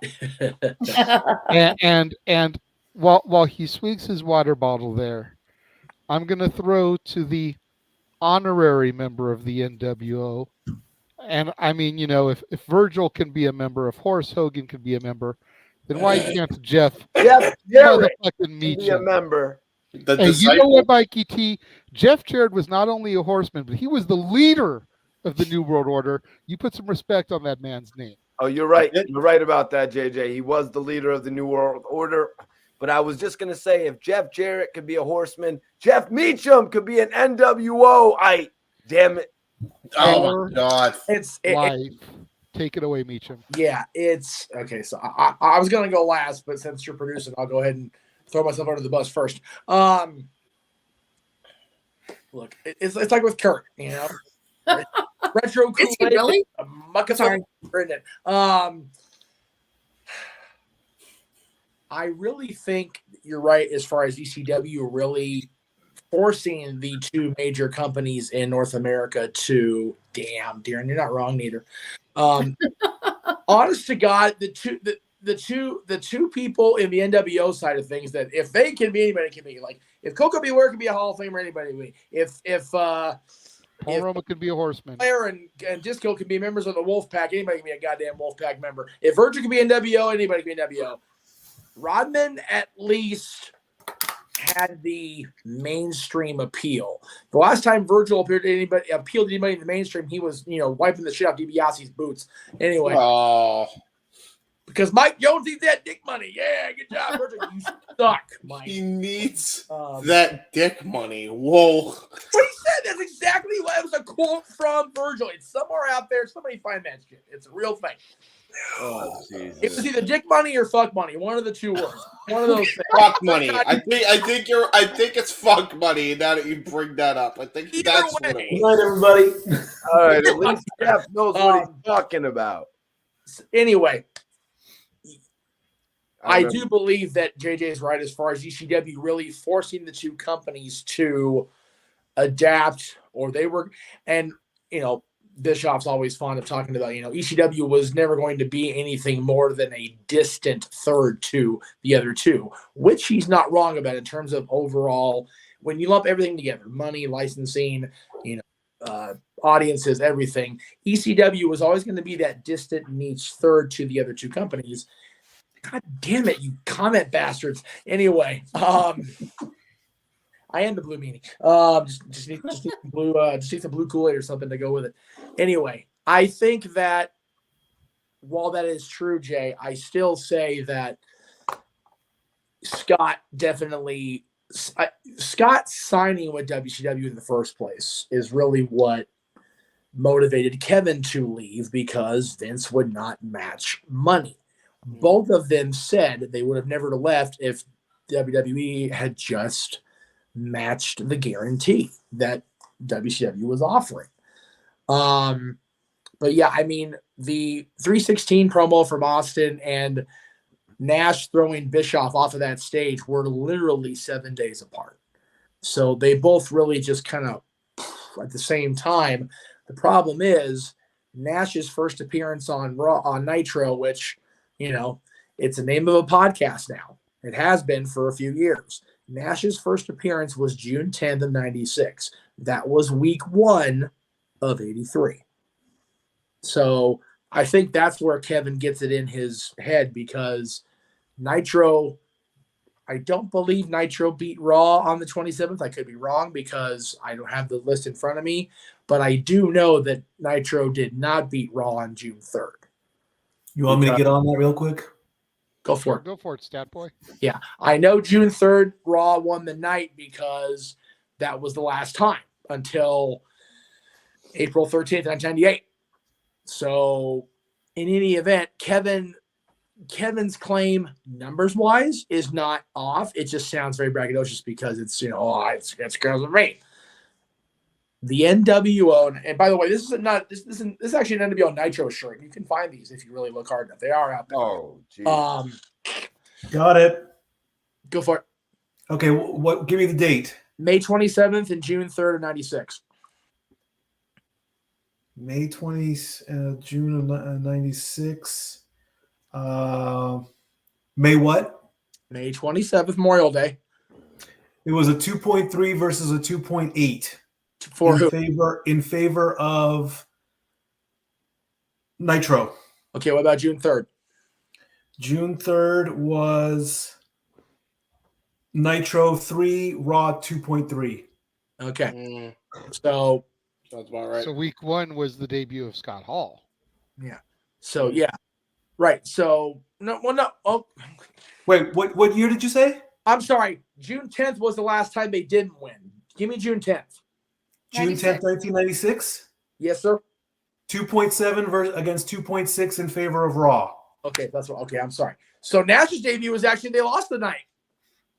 There you go. So Kevin's claim is complete. I just got on my own shit. So yeah, you figure Nash debuts. So it's definitely a topic because the ratings are close. But thank you for and that's two of those now. There's definitely intrigue into what's going to happen. And you notice when Nash comes in, is when Bischoff challenges them to go to Baltimore to talk about the 3-on-3 match that was going to be coming at the following show, pay-per-view, not that Sunday's pay-per-view, just talk about it. So, but you notice, Nash throws Bischoff off the stage. The next night on Nitro, off they go for 83 weeks. So there's credibility to his statement, but it wasn't just him.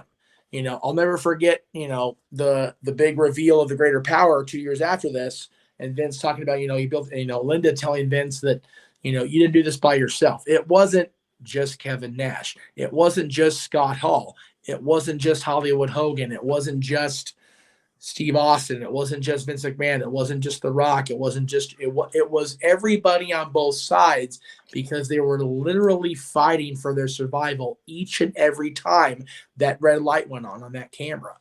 As far as the spearheading, it goes back to what JJ said. ECW forced their hand. And I was going to bring this up during the Kurt Angle segment, so thank you for reminding me again, Jay. ECW was the grunge 90s Nirvana version of what wrestling has always been, the 3-ring circuits. If you don't like the Lion Tamer over here, you'll like the 12 deep clown car, or you'll like the elephant, trying to balance on a balloon. There's something in that circus that will appeal to somebody watching that. The WWF and WCW at that point had become a Saturday morning cartoon show on both sides, on both channels.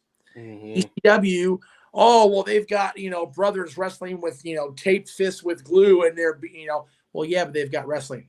They've got incredible wrestling with, Chris Benoit, Dean Malenko, Eddie Guerrero, Shane Douglas, Too Cold Scorpio. They've got women posing like they should have been posing in 1995. I mean, my God. They've got Mysterio, Psychosis, and but then once Eddie and those guys leave, you've got Mysterio, Psychosis, Conan, Hoovy coming in to bring in the lucha style to this country. And it was really that 95 and 96 ECW. Paul has said this so many times, and I've heard it said by other wrestlers in the company. If ECW gets that pay-per-view when they were supposed to get it, whole different ballgame. Because by the time ECW got their pay-per-view reinstated after the Mass Trans incident, April 97, they were still very heavy talent, but they weren't peak talent. And by the time they got TV 2 years later, you forget, Taz and Dudley's are both already signed with WWE. They're already leaving the company by the time they actually premiere it. So yeah, the Dudleys leave the night that their first show airs. Yeah, highlights of their departure and losing the titles to Tommy and Raven are on the first night. Mm-hmm. So that's just like, and like I said, 10 after the officially left after November to Remember, but he signed in whatever it was, September. So, ECW definitely was the catalyst for the Attitude Era, but again, where it really took off, it could be argued either the NWO or Austin 316. It really is a fair neck and neck argument. That point that was brought up in the comment, that was the point that WWE really started to turn that corner. And I say that because even Bischoff himself has said when they saw that when WCW saw that WWE had signed Tyson and Bischoff, went, oh shit, now we're playing for real. And 2 weeks after the week after WrestleMania, or 2 weeks after WrestleMania 98 is when Austin McMahon was advertised. Didn't happen, but that was the end of the streak. Yep. And they were starting to. It was a back and forth battle all throughout '98 too. Like it was crazy. Funny though, James, when you think about it, the last time WCW won was because of quite possibly their biggest pay-per-view blunder in history, because of the early out for Halloween Havoc, and they played the Goldberg match. Otherwise, they wouldn't even won that night. Yep.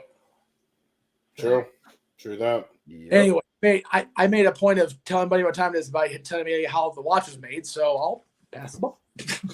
Anybody else? I feel like there was a lot already said on this topic between what me and Jeff said. Does anybody else have anything that they would like to add to the topic? Go ahead, Mikey T. all right, so Kevin Nash could have said anything besides this. Like him creating the Attitude Era, the guy who just prior to the Attitude Era had one of the most oddball WWE title reigns. Like, come on, man. Diesel really, like, you know, I could buy it if Kevin Nash was like, you know what, I'm the guy who made NWO cool. I could buy that he made Hulk Hogan cool because Scott Hall going there wasn't going to get it done by himself. No. But did Diesel make the Attitude Era happen? No. We didn't even really know who the hell Diesel was when he was in the WWF back then. Diesel was a big guy who we thought used to own a diesel truck and started wrestling in the WWF. He owned a diesel truck. He was Shawn Michaels' bodyguard. And then he became the Intercontinental Champion because, you know what I mean? Anyways, that's another story. So he became the Intercontinental Champion, Jeff. Oh, no, I thought Diesel used to be a dentist. No, that was Isaac Yanko. Yeah. That was Wait a minute. Glenn Jacobs wasn't Diesel first? You're kidding. Okay, so and to further Mikey's point, prior to his run as Diesel, he was the great and powerful Oz and Vinny Vegas. Like, welcome to Oz. Yeah, no, I'll give it to him. When they put some personality on him as Kevin Nash, he really was cool and all that. You know what I mean? But in my opinion, if we're going to talk about where the Attitude Era began, it was Stone Cold Steve Austin. It was Bret Hart when Bret Hart grabbed Vince McMahon by the collar and started yanking him and saying, "Look what you did! Look what you did!" And everybody ran with it when it was Stone Cold, the everyday person, versus Vince. But it was really Bret Hart who went out to ringside and almost wrung his boss's neck. You know what I mean? That's what. And then all of the people were like, "Whoa, what the hell is what is Bret Hart doing that to an announcer for?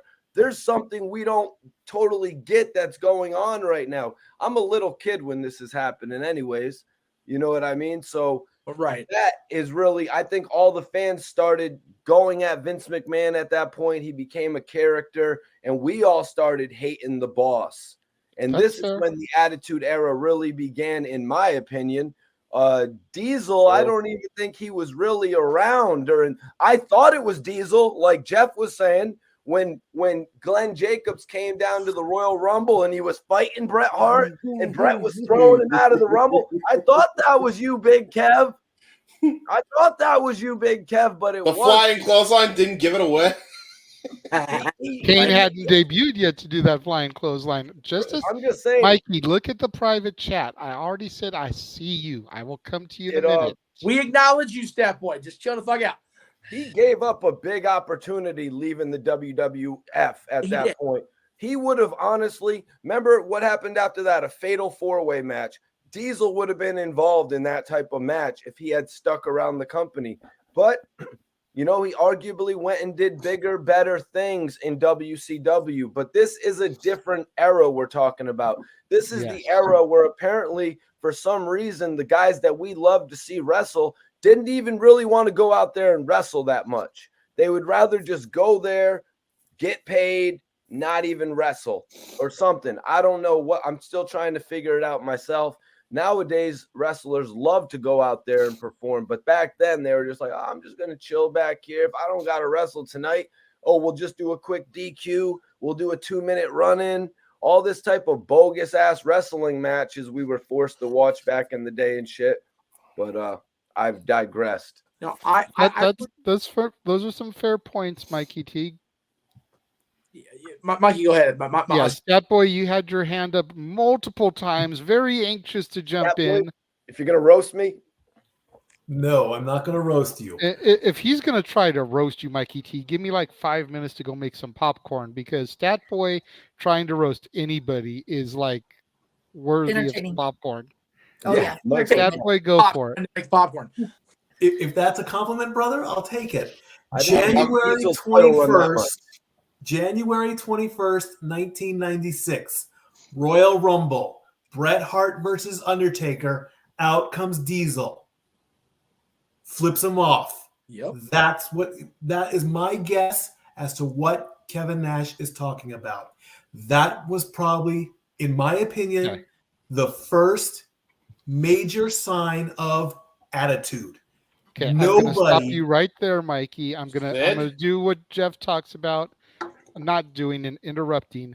The quote itself literally reads, "If I don't go to WCW, there is no Attitude Era." He didn't say if I don't come out and flip off the Undertaker in the middle of the WWF Royal Rumble. And I was also if I don't go to WCW. Well, that was his last Which feud, is why Nick. Jeff was asking about the ratings when he debuted. May I jump in and make a point also? No. Let's Stat If Boy. you're gonna raise your hand, don't talk. God damn it, people! Let's Stat Boy go on back to what he was saying, but I just had to stop him right there because clearly he misheard or didn't hear the quote. Well, James, I acknowledge you. I'll come to you when Stat Boy's over. I guess then I was because I guess Mikey T was saying Attitude Era, and that's why I got that one spot. So I guess I'm wrong in that one. So I'll yeah, I know I said I'm wrong. So I'll just bow out, and then I will maybe then disagree with Kevin Nash's quote saying that if he didn't leave, then the Attitude Era. I think the Attitude Era would have gone on regardless of not then. So I'll just leave it at that. That's definitely a possibility. I do feel that WCW forced WWF's hand to get edgy and show more attitude. But as I said at the beginning of this topic, I feel like WCW got it from ECW in the first place. Or at least James, go ahead. What were you going to say? Well, there's a couple things. If we're really going to be honest about the whole thing, Kevin Nash and Scott Hall being brought in under the creative regime that they were under prior, Kevin Nash and Scott Hall by themselves wouldn't have done shit if the creative was still the same in the Dungeon of Doom times. And boy, was it a doom period for the business. So there's that as well. Okay, let's just put that out there. We also gotta remember that the idea for the NWO came from Bischoff seeing it work in Japan with their idea of what the NWO was, the early inception of the NWO, which ironically would join the NWO later, the very men who did the takeover in Japan, which I believe involved Masahiro Chono and a bunch of others. That in and of itself was what spawned the NWO concept. So I think that, if anything, spawned the change in the Attitude Era. I'm hearing feedback, but that alone is what spawned the change, not necessarily Nash and Hall joining. Nash. Isn't that Nash and Hall? I almost said that. I was trying to say Nash and Razor. Had that not happened, had that concept never entered Bischoff's head, we'd be talking about a whole different plane. But it was Bischoff's idea, to be fair, and taking what was already working in Japan and applying it to WCW. Nash didn't have anything to do with that, and quite frankly, neither did Hall. But they just were cool enough to make it work. And by that point, they were changing direction and creative. So if we're going to get technical about it, let's actually get the technical part of it right. You know what I mean, Nash? Come on now. That's the first thing. Second thing, how many trolls does this make for Conrad Thompson? I love the guy, but Jesus Christ, dude. Did you call this one too? Just to get, the whole idea of the podcast is click this. Well, click the controller. We're clicking it. We're talking about it. So, mission accomplished. So there you go. Oh, what is going on with the feedback? Anybody feedback? Hello? Yeah, I'm not sure what that is. I don't know. That's weird. Is it me? Might be Mikey you. T, you're muted, honey. Yeah, you are muted for some reason. I was just wondering. I thought it was coming from Statboy, but I see he's muted too. I thought he might have left his thing on, but anyways. Let me. You know what? It might have been me because I might had a little glitch here. I'll be right back. Yeah, there you go. I don't know. Yeah, it's funny. I don't hear it now that Jeff excused himself. Yeah. Yeah. Go ahead, Dory. So, I wasn't watching wrestling at that point. I was leaving Seattle, moving back to California, reestablishing and being a single mom and doing all that stuff I did. But I want to look, Sam Fisher made a comment about in the 80s and 90s, the wrestlers reacted to the crowd. Nowadays, the crowd reacts to the wrestlers. And I looked it up on Wikipedia because I had to get a little bit of knowledge in here. The Attitude Era was actually, per Wikipedia, started late in 97. No. Per Wiki, that's again, per wiki, yeah, that's the thing. Per Wikipedia, they're saying the Attitude Era started in 97. And I'm sorry to say I missed most of that because of what I was dealing with personally at that. Right. There's a lot of different, just to try and help you out here, there's a lot of different moments where people pinpoint the birth of the Attitude Era.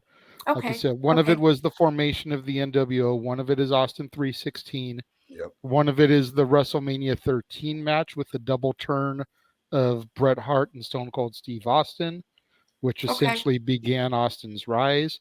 Some people say the screw job in Montreal was a big part, which is probably the late 97 that they're referencing. And some people even go back to Survivor Series 96, Bret and Austin.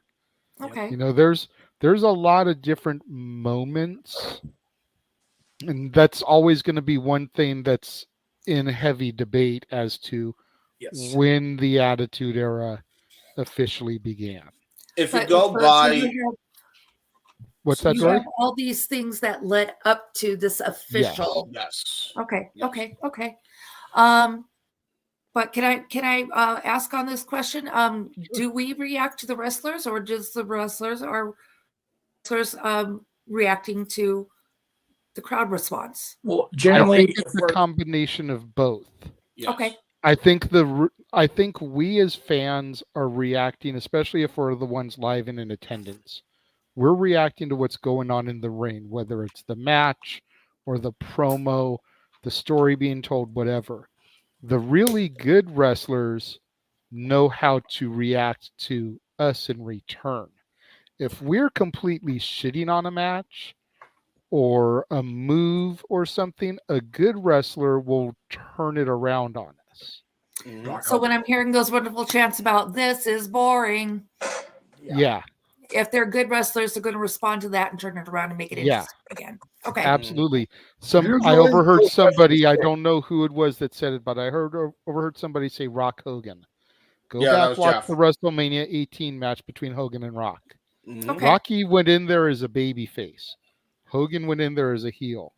By mid-match, they flip-flopped because the crowd was so happy that Hulk Hogan was back in the WWF reign at WrestleMania.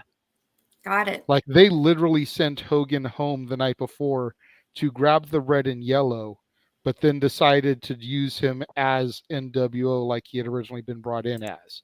So Got he it. went that in. But you listen to that match, go back. And John Cena says, if you listen to that crowd, or if you listen to that match with no volume, you just watch the wrestling, it's one of the worst pieces of shit you'll ever look at in your life. But if you turn the crowd up and you listen to the crowd response and the way Rocky and Hogan feed off of that, that's what makes the match. Yeah. Got it. Okay. Thank you for that education. Not a problem. Like I said, I'm so to our viewers, I'm still learning. I still have a lot to learn. So thank you for your patience with me. Hey, everybody starts somewhere, number one. And the man you live with, the man right here in between me and Jeff above you is one of the men that helped educate me back in the day. So he may not be good for a lot of things. This is one area where he actually is good for. Thank you. Choices in hockey He's teams. good for a few things. Not good. Good for a few things. Oh, So yeah, it just to what Dory was talking about as far as the birth of attitude. There literally is a I guess a documentary is the right word for it on the network and the Peacock about 1997, the dawn of attitude. I mean that's and JJ, you mentioned Montreal with Brett, or even the match with Brett in Austin '96. A lot of people talk about I think it was either the night after the Fatal 4-Way match, maybe the week before, where Brett shoved Vince on his ass and chewed him out, cussed him out in the middle of the ring. Nice. It was like, why? Whoa, hey. And Vince, went back to ringside and called him a son of a bitch, and it was just like, geez, like everybody's cussing. And this is early pre-Raw is War Raw. 1997. Yeah. So everybody was what the shit. So yeah. Another thing. Sorry, go ahead, Mikey. Oh, sorry, JJ. Was it the steel cage match with was it Sid and Brett in a steel cage match? Yes. Austin, because Sid had beat Brett the week before for the title. I think that so it was the week after the Fatal 4-Way. Thank you, Mikey. Yeah, it was and that's what Brett was flipping out about. He's like, why are you letting all this bullshit happen? Yeah. Frustrated with the goddamn word for it. That's how he said it back in the day. Go ahead, Jeff. Well, I was going to say, again, everybody, please, if you're going to interject, no problem with it. But like Roman said, if y'all going to act like kids, I'm going to treat you like kids. Raise your goddamn hands. Okay. I'm not talking about you this time. Mikey. Mikey T. Okay, Mikey, you're an ass Stat Boy on this show. For good. Everybody call him Stat Boy because my brain can't do that shit. That's what it says right there, Jeff. I know, I'm just old and can't read. And yes, we see the hand, so now we acknowledge it. We will get to you. Actually, go JJ, take over because I can't talk. Thank you, Sam. The other thing that I was gonna say before Mikey T stepped all over me was that another moment that people pinpoint is the birth of D-Generation X promo, where they're backstage and Sean's going off. Right. D-Generation X, is that what we are? Is this D-Generation X? Like that's another moment that a lot of people really pinpoint because DX essentially was their version of the NWO for that time. Right. There's that promo for them, and then also I think it was the week before, was the night after Bad Blood where they showed the curtain call of the footage, and might have been. I don't remember. Might have been. It was sometime during October because that was when they weren't called DX yet, but it was him and Hunter and China in the ring, and maybe even Rude. I'll get on that.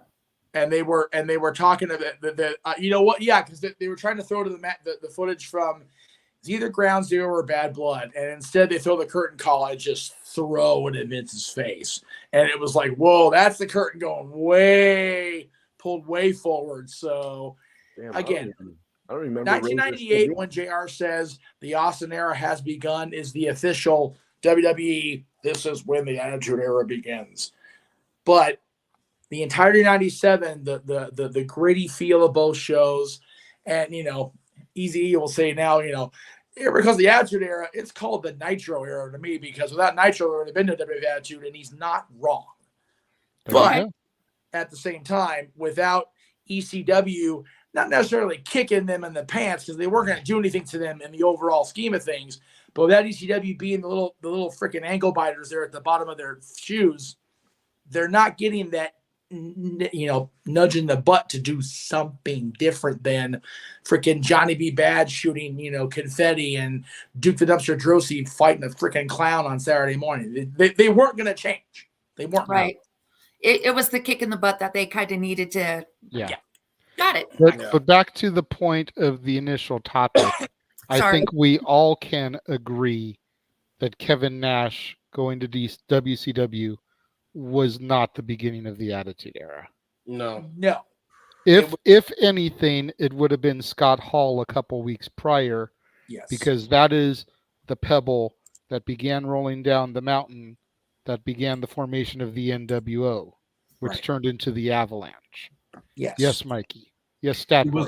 It was the day after my birthday, October 6th, 1997. Okay. Now Okay. what? I was trying to throw the bad blood footage, and all of a sudden the curtain call showed up. Right. Okay. Yeah. And again, it's just one of those things that, yes, Kevin didn't start the Attitude Era by going to WCW, but he was a cog in the wheel. What happened? I said, but he was a cog in the wheel. Yeah, nobody can argue with the fact that the NWO and that storyline was really the. Here's the thing. To quote my shirt, which is available, I forget which platform it's on, but anyway.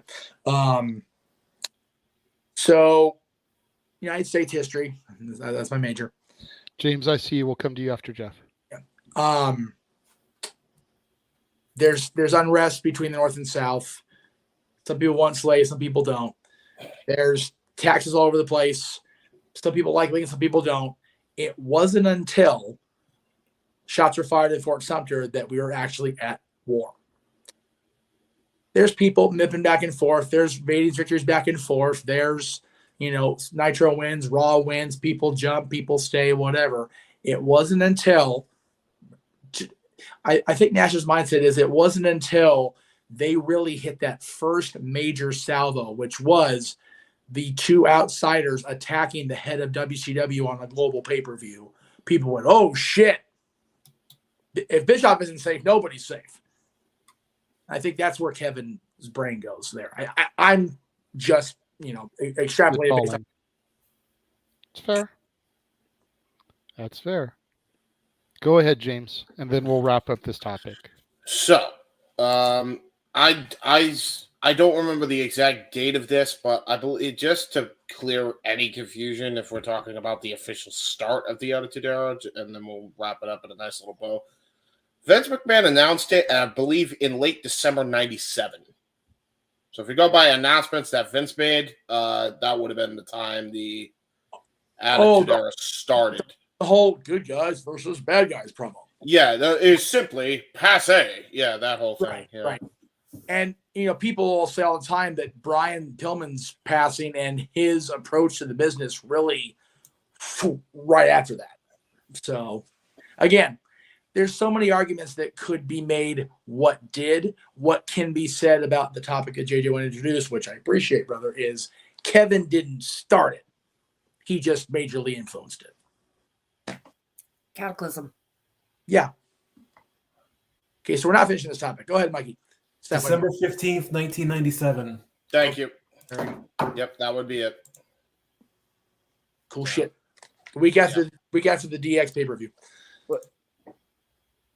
Go ahead, Mikey. When did they play that footage of the curtain call in 97? 2 months prior. Bad Blood pay-per-view. Yeah. That was in 97? October 97, yes, sir. So why did they play that when Nash was in WCW? Because they were trying to show they were edgier. So rather than Sean getting what he called for, which was the Hell in the Cell footage, it mysteriously appeared on camera that Sean and Hunter had been friends longer than DX had been on screen as a pair. And basically, they both turned to Vince and go, is that still sticking in your craw, Vin, man? You still don't like the fact that we've been together, we're buddies. You sent our buddies, whatever. Just Sean being 90. Yep. It gave a little backstory for them as to why they were destroying The Undertaker so many times. Yeah. It was basically why Shawn Michaels, who had been a not white meat, freaking pale ghost meat baby face the previous year, it's like, why you being a dick again, Sean? What the shit? And it's like, well, because you sent my buddies away, asshole. And that's, Nice point. It's really what it comes down to on as far as the DX promo with the curtain call. There we go. All right. So before we get to the main event topic for this week, which is nowhere near as dramatic as most of our main events, let's take a look and world premiere what is coming next month on the Casa D18 Studios channel.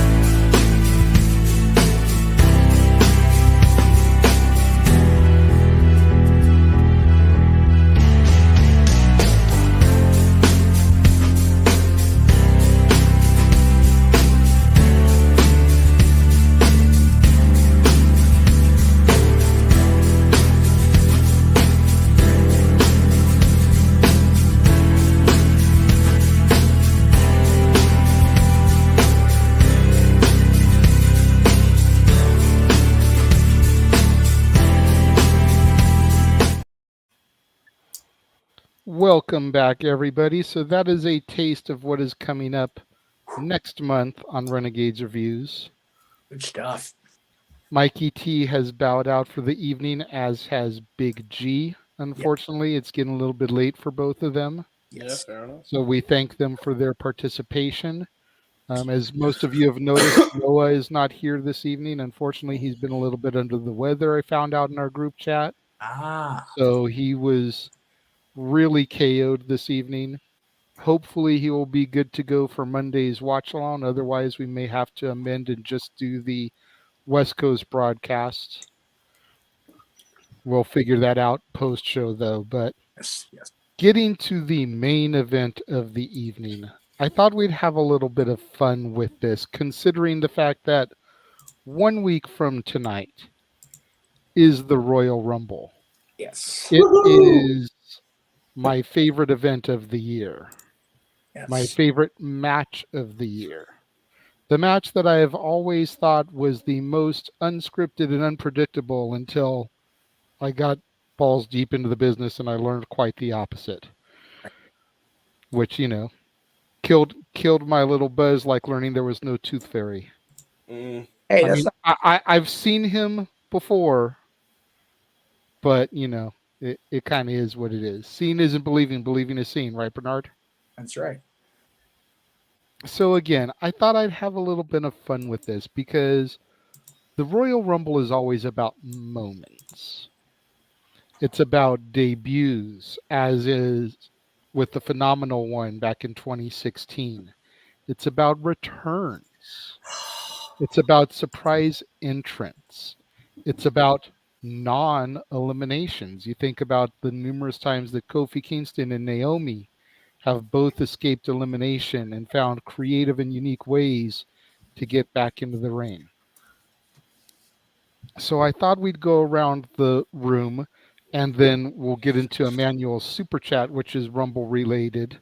Yes. So we will tie into that way. That's why I made sure to let him know there that we haven't forgotten about him. But the first thing that I wanted to get to with this topic is a series of posts that I've seen lately from the Masterpiece, who's been teasing a potential Royal Rumble return.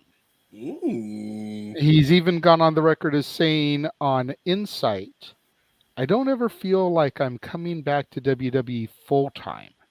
For me, it would be great to just come back to the Rumble to sort of make amends with certain people in the company, but to also show the WWE universe that I've the polished performer that I've become.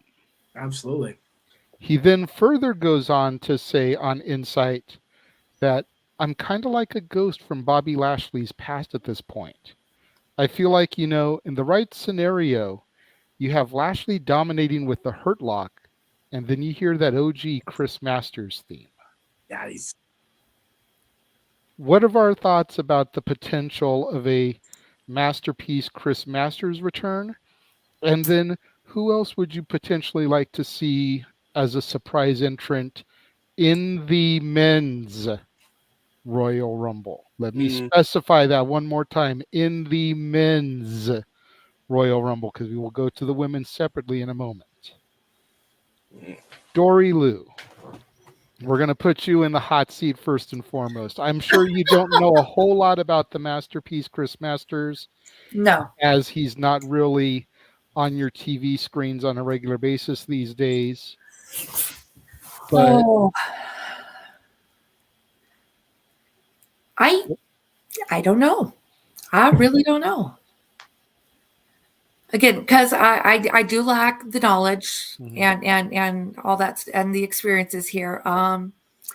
So I'm going to have to pass on that because I don't have an answer for you.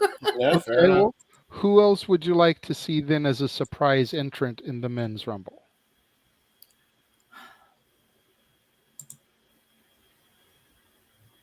Wait, me?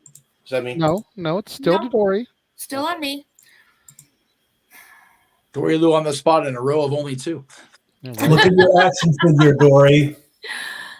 What was that, Mikey? Look at your action figure. Oh, yes. I would love to see Edge back. I would love to see Edge. He is one of my favorites. What? I know is Dolph making the appearance in the Dolph is Dolph is still a regular. I'm He sure is, and I believe it'll be his 16th Rumble appearance, which is only second to Kane. Kane holds the record at 18 appearances. I guess And the fact that Dolph Ziggler would be in his 16th, that's a pretty big deal. Yeah, I think I was reading that this will be the 16th if Miz is because Miz is going to be there also, right? More than likely. So it's going to be the 16th that they have wrestled against each other in a Rumble. I did read that. Crazy.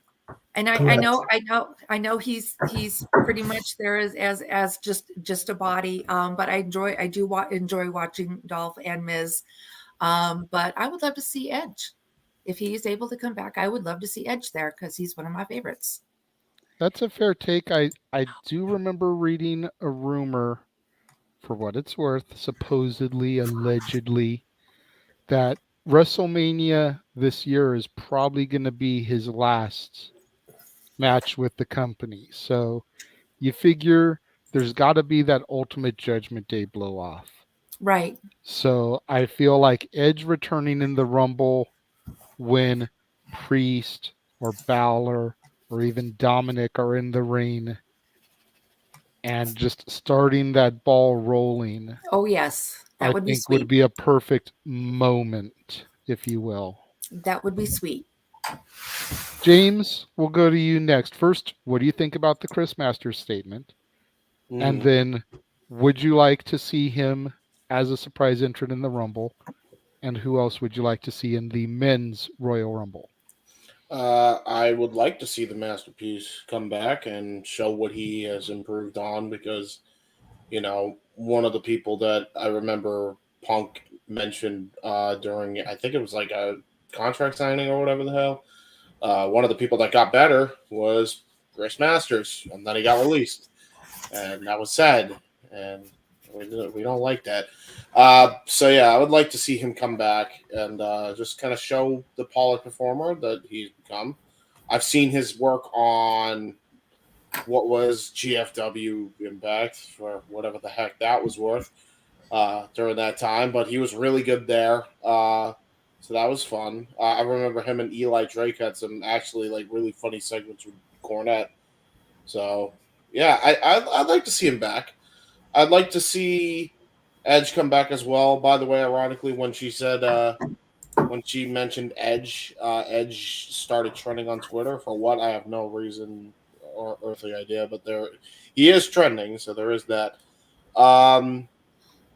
As far as people I would like to see, well, I have a funny one. Is like when it comes to Dolph, I'm surprised that WWE remembers that they even still have him on the payroll, because that's how much they forget about him. Poor guy. As far as surprise entrance, I don't know. Like, we know The Rock hopefully is one. Although, considering the fact he made a song with Tech Nine that literally has Rumble in the chorus, I mean, I would imagine, he's coming back. You would think. Between all his movies. Well, I mean, he doesn't have many going on right now because he's I was going to say, if the wiki page and what is on the horizon for Rock is to be believed, he is not currently filming anything because he wants to be available for the XFL season, which is going to start in mid-February. So he probably won't report to an actual set outside of like pre-production stuff until the XFL season is over. Okay. Especially since it's the inaugural season of his company. He's going to want to be there as much hands-on as possible for that. Oh yeah. Honestly, not really sure. Because like I'm thinking like of people that could make a surprise appearance, but it's like I feel like the only person I could think of for some reason is Hurricane, because he made many surprise appearances. What's up with that? Hurricane I would like for the memes, for the lulz. Maybe a one-off appearance just for the hell of it from Lance Storm. I don't know. Would be interesting. Maybe Matt Cardona. Yeah, that's a fair shout. Cardona, I would actually really be shocked by, to be fully honest. Booker T, I could also see as like an actual, like, because Booker T is still in ridiculous shape for his age. Like, the dude doesn't age in ring or outside of it. So like, I would love to see him back actually. The only thing that is ever questionable about Booker T's game is behind a microphone on the podcast or commentary. But Chucky, quack, quack, dog. I like Booker T. It's all in love. But yeah, those are the people that come to mind, really, for me anyway. Jeff, you seemed like there were a couple things you wanted to say. Go ahead and you can take the floor next. Then we'll go to Statboy, and then I'll bring this topic home.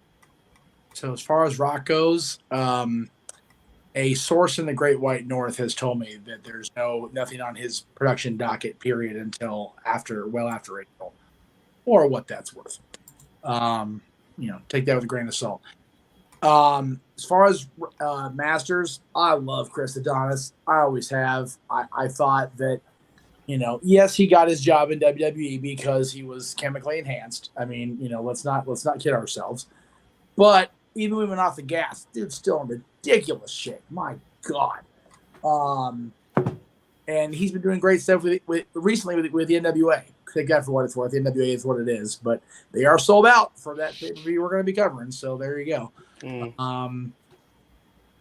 As far as surprise in the Rumble, I think it's very clear based on what we talked about earlier and who we were mentioning NWO wise. We need to see two people because they both need that kind of money. Virgil, Val Venus, because they both need fuck money, damn it. So we need Damn. those trouble. And The Godfather. You know why I would see The Godfather? Just so when I'm on the commentary, we can bitch about how he kayfabed us again and again and again. Damn you, Charles White, you kayfabe and mucker brother, you. Oh God, that's good. You know, I don't care if it is 10 years ago, 11 years ago, or 12, almost 12 now. Jesus Christ, God, we're getting old, Jay. Anyway, I would love to see Edge, and I'll talk more about Edge and the other Copeland in the company during the women's discussion, because I think that all that shit just writes itself. It really does. Agreed. You know, we touched on the fact of Edge coming out while Balor or Priest or Dominic's in the ring. Beth coming out while Rhea's in there just makes perfect sense. But again, we'll get more in depth in the Women's Rumble after we're done with this conversation. Yes, sir. Stat Boy, to you, same three things. What do you think about Masters' statement? Would you like to see Masters in the Rumble? And what other men would you like to see as surprises in the Men's Rumble? I have no problem with Chris Masters. He's a great guy. The potential of the Hurt Lock versus the Master Lock, that would be one of those moments, I think, where all action might stop for like a few seconds. Maybe like Lashley will be the one that says, okay, put it on me. Let's see if you can do it. And then somehow he'll reverse it, and then he'll get that moment. So yeah, I'm totally fine with that.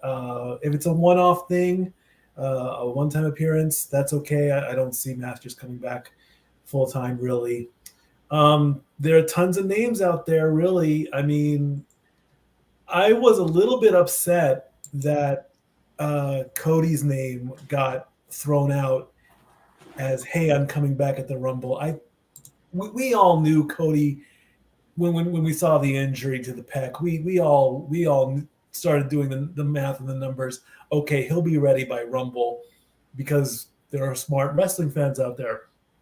So I would have liked to have the surprise, you know, you get that little bitty pause and then you hear there's only one wrestling family, you know, and then you hear Kingdom. So, but yeah,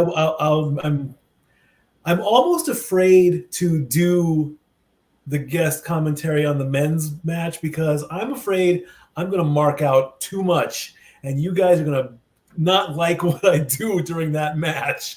So well, all we got to do is hit the mute button if you start getting too know. overzealous. But I mean, like I said, Rock coming out, that's been rumored for just like that. Hey, what? Just wanted to show you how easy it was. Rock coming out, that's been rumored for months, almost if not a year, to come back. So, you know, there's that. Of course, every year since, it's like, oh, is CM Punk gonna come in? Yeah, right. I mean, come on. You gotta. I don't know how many moments you can have in a Rumble to where it's, oh my God, you know. So yeah, but if it happens, it happens. Since they're in Texas, like they said in the comments, Stone Cold would be nice. Booker T would be nice. But if Stone Cold came into the Rumble, I'd be afraid what would happen if he went over the top rope, because I don't want to see Stone Cold get hurt. So there's that.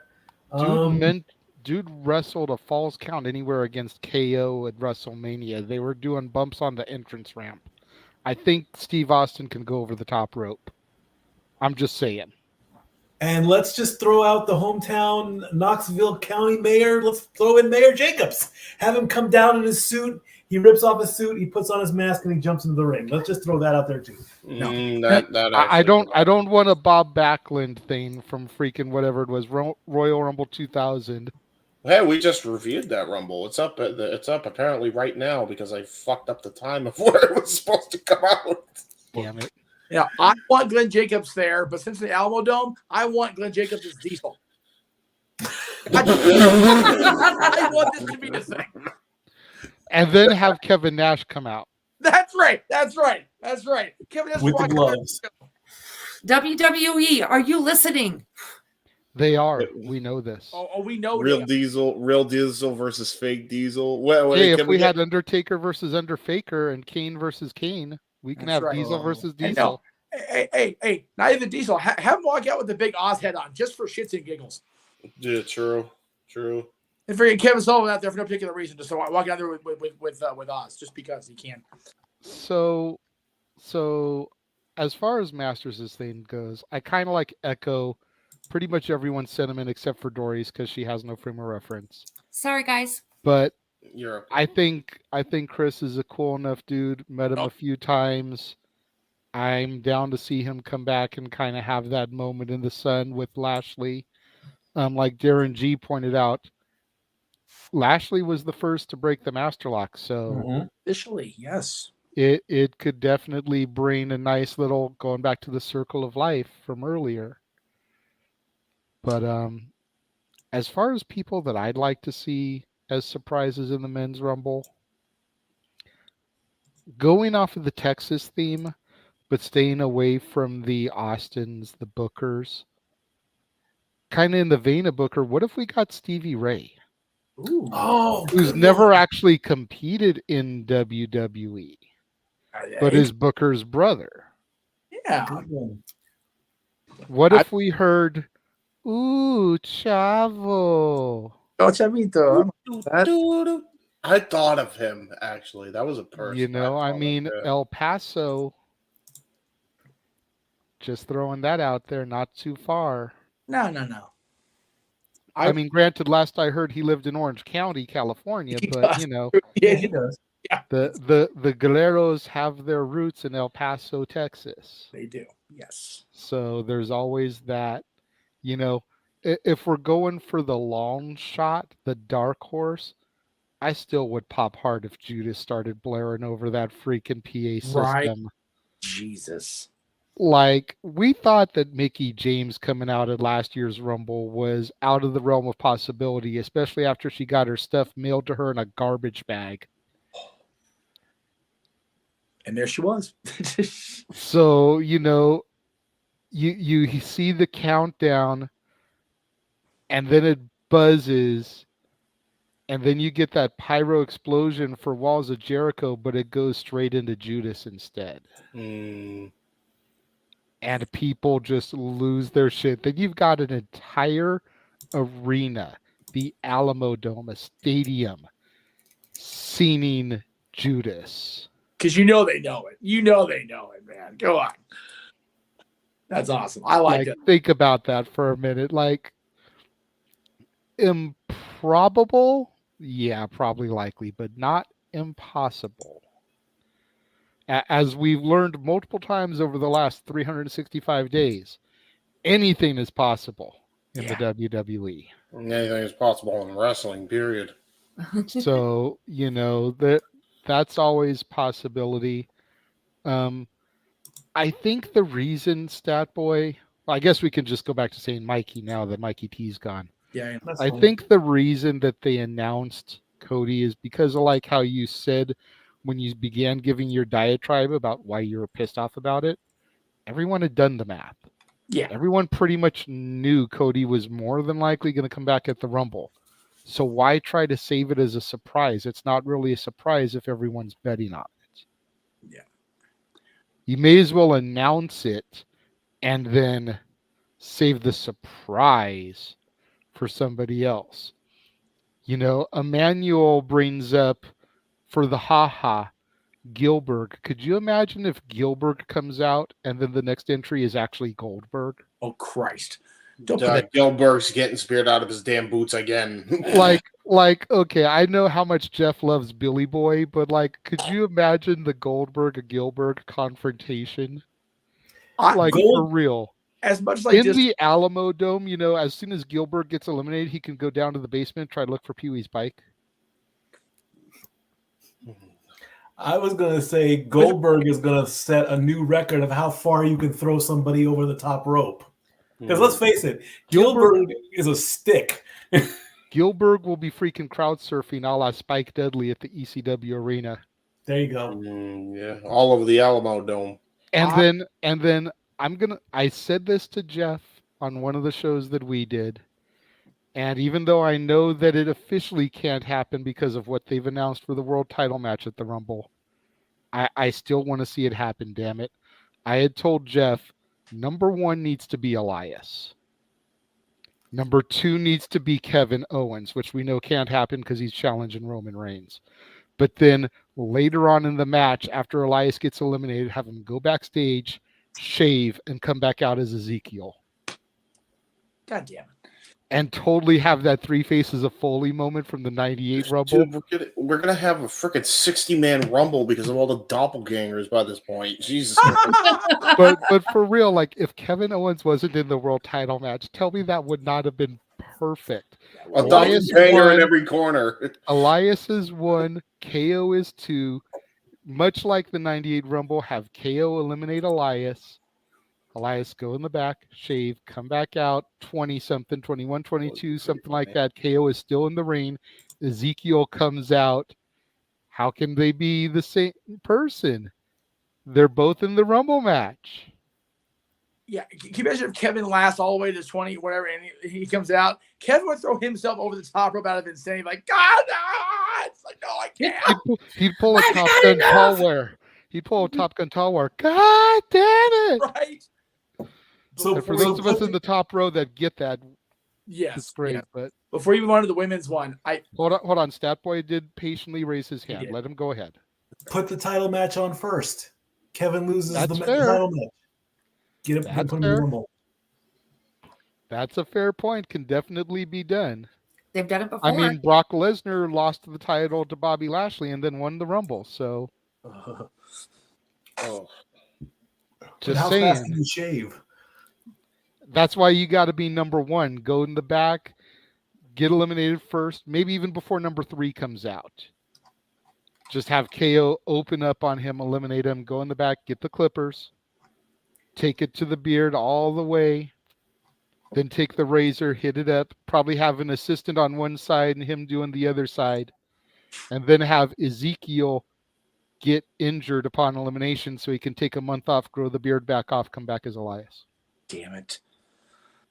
I'm just saying, dude. Like you guys think it's ridiculous, but tell me Hunter doesn't have that sense of humor. I will wait. I don't think it's ridiculous. They're gonna book it now.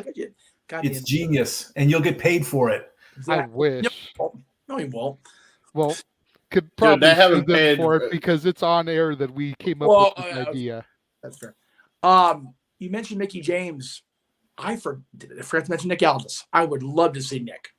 That's definitely a possibility. I mean, I have mentioned before, Mickey is on her last rodeo. An elimination from the Rumble would not count technically as a loss because she's not losing the belt and it's not an Impact Wrestling. Right. Who's to say that she can't appear again this year, once again as the Knockouts World Champion with the same lower third, and have her husband Nick Aldis in the men's Rumble this time. That would be really cool. And again, people will feel how they feel about the thing with Nick and the NWA or whatever. But if there's one thing that Nick Aldis has not done before he can put the ball in his career is being a WWE ring and a WWE match. My God, that'd be and as we transition to the women, we talked about Matt Cardona. Chelsea Green has supposedly signed with WWE. What better way to debut her than in the Rumble match for the women? She would get a major pop coming back. My concern with Chelsea is she's done this dance a couple times now. Like, does she want to come back with that in the back of her mind that her WWE runs are snake bit so bad? Like, yes, WWE money is always good. Having that WWE exposure is always good. But she's literally been injury prone every time they've tried to do jack shit with her. So I don't know. I mean, if she signed, great. I'd never begrudge anybody having the job. And I love Chelsea. I love Matt. But I worry about Chelsea getting in her own head about injury and, being injury snake. So hopefully I'm wrong. And hopefully she does get through. And hopefully she gets more than just a Rumble match appearance before she gets, hurt again. The floor is yours, Jeff. Who else would you like to see in the women's? Mickey again. Mickey and Nick are both on there. Beth, just for the moment with Rhea, so we get here's my worry about them booking Beth to go with Rhea. I still say Rhea should win the damn Rumble. I've been saying that all year. So you can't go too far down the rabbit hole with Beth and Rhea and Edge and whoever from Judgment Day, because the end game has always seemed to be Dominic versus Ray at WrestleMania. Like that. I mean, it's Southern California, so it should. Where did he go? We lost Jeff. Give him a second. He may have been getting an alarm or somebody trying to call, and it jacked up his signal for a minute. I don't know what the hell happened. Anyway. Good timing. Right. So yeah, I it's in SoCal, so I don't see them not pulling that Mysterio trigger, but you can still have the Copelands interact with Judgment Day at some point just to kind of maybe start to blow off. Maybe they go at Chamber or something. So yeah, Beth, Mickey, Chelsea would be great. Naomi, for the love of God, get her back under contract and back and nice and get her on the TV, please, please, please, pretty please. Yeah, and again, AJ Lee is not only happily retired, she's very happily an executive for Women of Wrestling out here, and she's very unhappily beat up enough where she's not going to get back in the ring full time. It's not going. It's even in the one-off. The Rumble's such a dangerous one-off for somebody that's got all the injuries that people have piled up like AJ Lee. So I and again, you mentioned it, JJ. CM Punk for the men's. No, anything can happen. Nothing is never say never. Vince will never retire. Vince will never come back. Austin will never wrestle again. Edge will never wrestle again. Saraya will never wrestle again. Bryan Danielson will never wrestle again. I can keep going, but we'll be here for another 4 hours. Punk coming back is not impossible. Highly improbable, but not impossible. Highly unlikely in all likelihood, right, Rift? That's right. If he's watching, which I talked to them before we went on the air, and they were already in bed, going to go to sleep. So doubtful. Again, Mickey would be great, except I don't know if she'd want to pause the last rodeo for a guaranteed loss, because she's not going to win the Royal Rumble.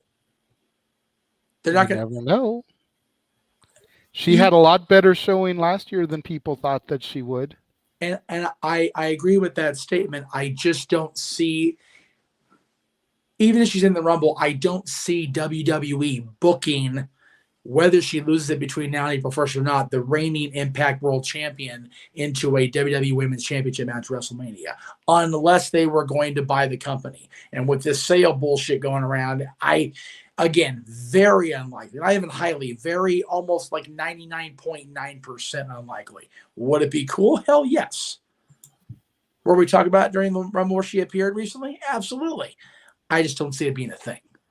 But it personally, I would like to see Mickey go after Bianca if the situation arose. You got the girl from Tennessee against Hardcore Country. Yep, exactly. I feel like that just writes itself. It absolutely does. It absolutely does. I also personally, it's not a surprise entrant necessarily.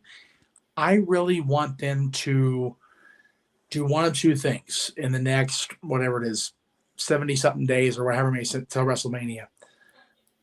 Either get behind Asuka and give her another decent push, or just cut her loose, let her go back to Japan.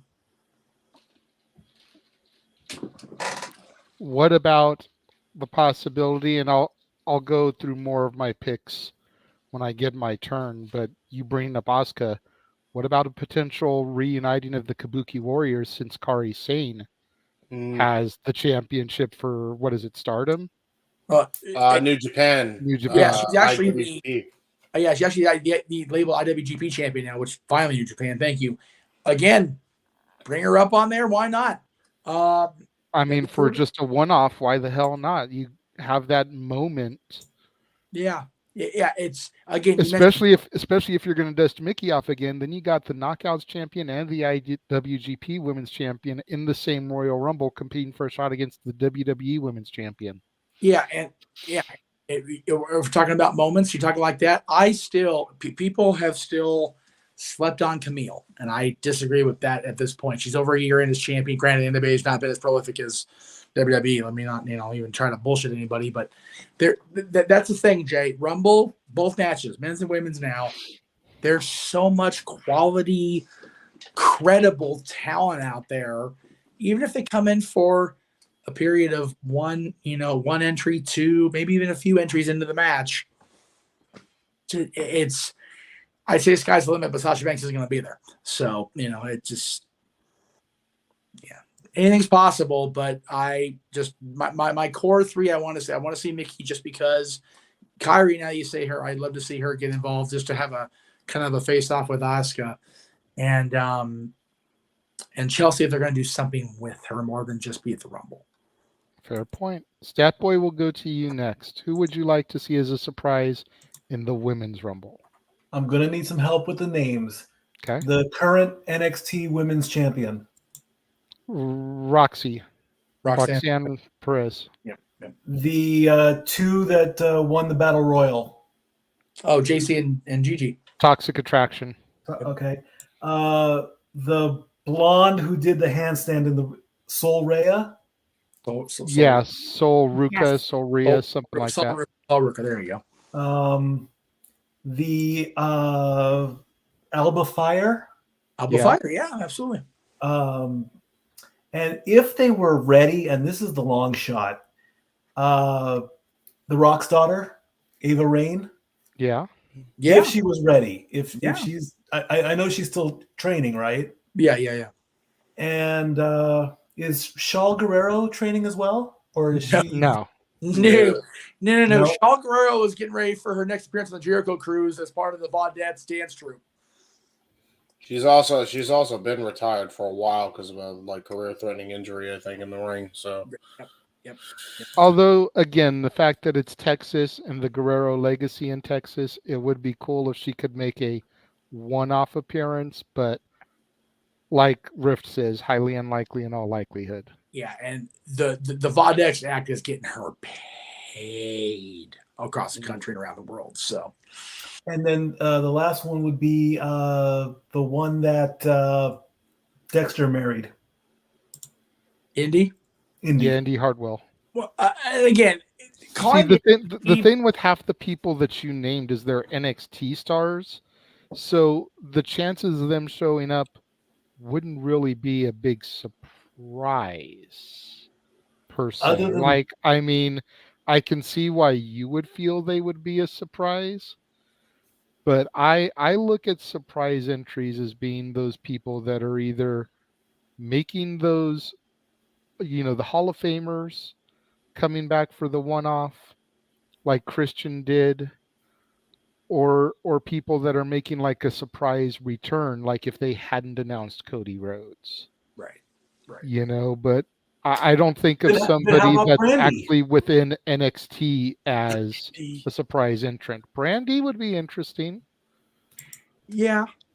Again, you've got the whole Texas Rhodes thing, even though she's a Rhodes by marriage. But still, if Cody's going to come back, then why can't Brandy make a one-off?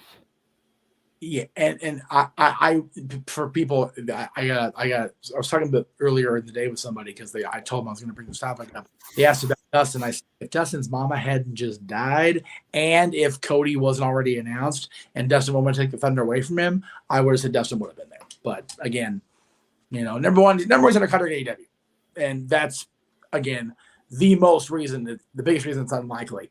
But number two, he doesn't want to take the thunder away from his brother. And number three, most important for Dustin, his mama just died. He's really having a tough time with it right now. So that's fair. According to Safet, though, WWE is making calls to AEW for the Rumble. So Dustin, if that is accurate, and I don't know what his source is, so we'll just take it as a grain of salt. No disrespect intended. No, of course not. But if that is accurate, then Dustin, Daddy Ass, Yeah, definitely wouldn't be out of the question.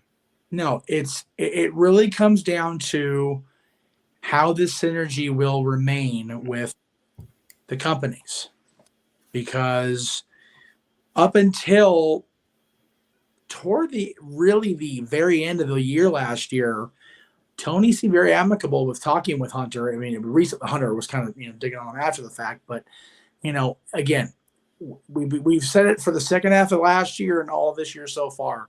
There will never be a never say never again, because there'll never be a never anything, because we lost and gained Vince McMahon in the same year as far as being in control of the company.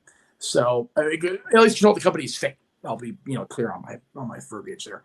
And nothing is impossible. Most are improbable, and that's really what the Rumble comes down to. And JJ, I know that's why it's your favorite match. It's why it's Greg Cherry's favorite match. It's why it's one of my favorite things of the year, because you just sit there and you get antsy when that 10-second countdown hits. Everybody mentioned this down in the chat room. Michelle McCool, again, JJ and I will forever dislike the Lay Cool Act. My God. But Texas, Undertaker's not going to, I don't believe. I mean, again, Michelle's much more likely. Ivory and Jackie, I don't think Ivory wants to be getting tossed around on the whole bunch no more. And then the Rumble, she's not going to win, so she's going to get her ass tossed around. Jacqueline's tough as nails, hasn't always will be. It wouldn't surprise me if she at least went for a one-off. But, Jackie's also crazy. She's tough and crazy, so good on her if she wants to. There you go. Damn it. Dory Lou, will go to you next. I'm there with Mickie James. I'd love to see her one more time. Or, yeah, it'd be one more time. And I was just looking. Naomi has not actually been released by the WWE. You're muted, Jeff. No, I understand that, but it's just they're at this loggerheads with the talks right now. So I was saying, get her back under a proper contract, make with the nice, and then get her ass in the Rumble. Yeah, so I mean, I'd love to see that happen, because I miss Naomi. I miss Naomi, so I hope I would really like to see them make that happen. And how about Trish Stratus? Trish is always a possibility. She was there for the first Women's Rumble in 2018. I think that's the only one she's been in thus far. I think so. But, I mean, it's definitely a possibility, So yeah, and then I've got to go back there too with Kyrie, seeing her go one-on-one with Asuka. That would be sweet, because I really did enjoy watching them when they were a team. Okay, good take. James, we'll go to you now before we throw it back to me to bring this topic home once again. For me, I gotta say, the people I would personally like to see in a Rumble capacity, I think I mentioned Kyrie. Kyrie is definitely one I would love to see as far as outside companies, and along with that, Mickie James as well, because just both of them in the Rumble would mean big things, I think, for the future of wrestling, especially this year. I like bigger picture thinking anyway, so that's why I love that. Trish, I feel like Trish is definitely a fair shout. NXT call up or NXT surprises, if that's even so much of a freaking thing anymore. Who was the girl who did that really cool cutter from the ropes a week ago? I'd like to see her do a couple cool spots. That was Salt Rook also. Yeah. That move was scary but cool. That was really cool. Good. I loved it. Yeah, it was awesome. Definitely would like to get her in there. And yeah, I don't know if there's anybody else I'd like itching to see other than them. But I mean, again, they're probably going to surprise us somehow with somebody. Although, Mighty Molly needs to come back, because I like the Mighty Molly. As Molly the first year, and then she came as Mighty Molly. That was pretty neat. Yeah. I mean, Daniel brings an interesting comment up, and I doubt this would happen, but Britt Baker or Jade Cargill would be amazing. Like, could you imagine if we just randomly hear, "The doctor will see you now," Right. or "A storm is coming"? If we hear a storm is coming, we're gonna need a towel and a cigarette for JJ during this fucking watch along. I'll tell you that right now. It's gonna be For real. I was about to For say real. because imagine Don't current hate, broadcast. congratulate, but yeah, absolutely. Clean up zone like, 2. I mean, Jesus. I mean, for me, when it comes to the surprises, like I said, I think of the legends. Yep. You know, Darren G brought up Victoria. She did come out in 2021. Yep. But it was the COVID Rumble, so she didn't get the crowd response.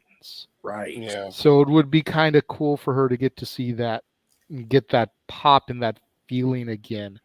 You know, that's the one that I was watching today, and it's just weird going back and watching that 2021 Rumble and hearing the crowd murmur and the countdown, but you can see on the video screens that nobody is freaking counting down. It's like, hey. No. You know, it's like the laugh track on an old sitcom. You know, it's like, come on. The pop she did get was for you running across the damn Walmart store when you found out she was coming out to the crowd. Legit, because like me and my buddy at the time, Jamel, he had the Rumble on his phone in the OGP pickup room. Yep. And like while we're waiting for people to come and pick up orders, like I'm standing there watching it with him, and I hear, "I ain't the lady to mess with," and I was like, "Oh shit!" Like I legit had a moment there. Like it would have been better if they could have got the rights to all the things she said for the night, especially since she was playing off the psychotic angle anyways. Right. As opposed to the whole whatever it was that she was doing when she was using the "I ain't the lady to mess with," but it wasn't the Psycho Victoria. Another one I'd like to see, and I didn't think anyone would think of this, but I saw 2 people in the chat bring her up. You know, they're saying that Brock is going to be back on Monday night to start his push to Mania. Oh, no. What about his wife?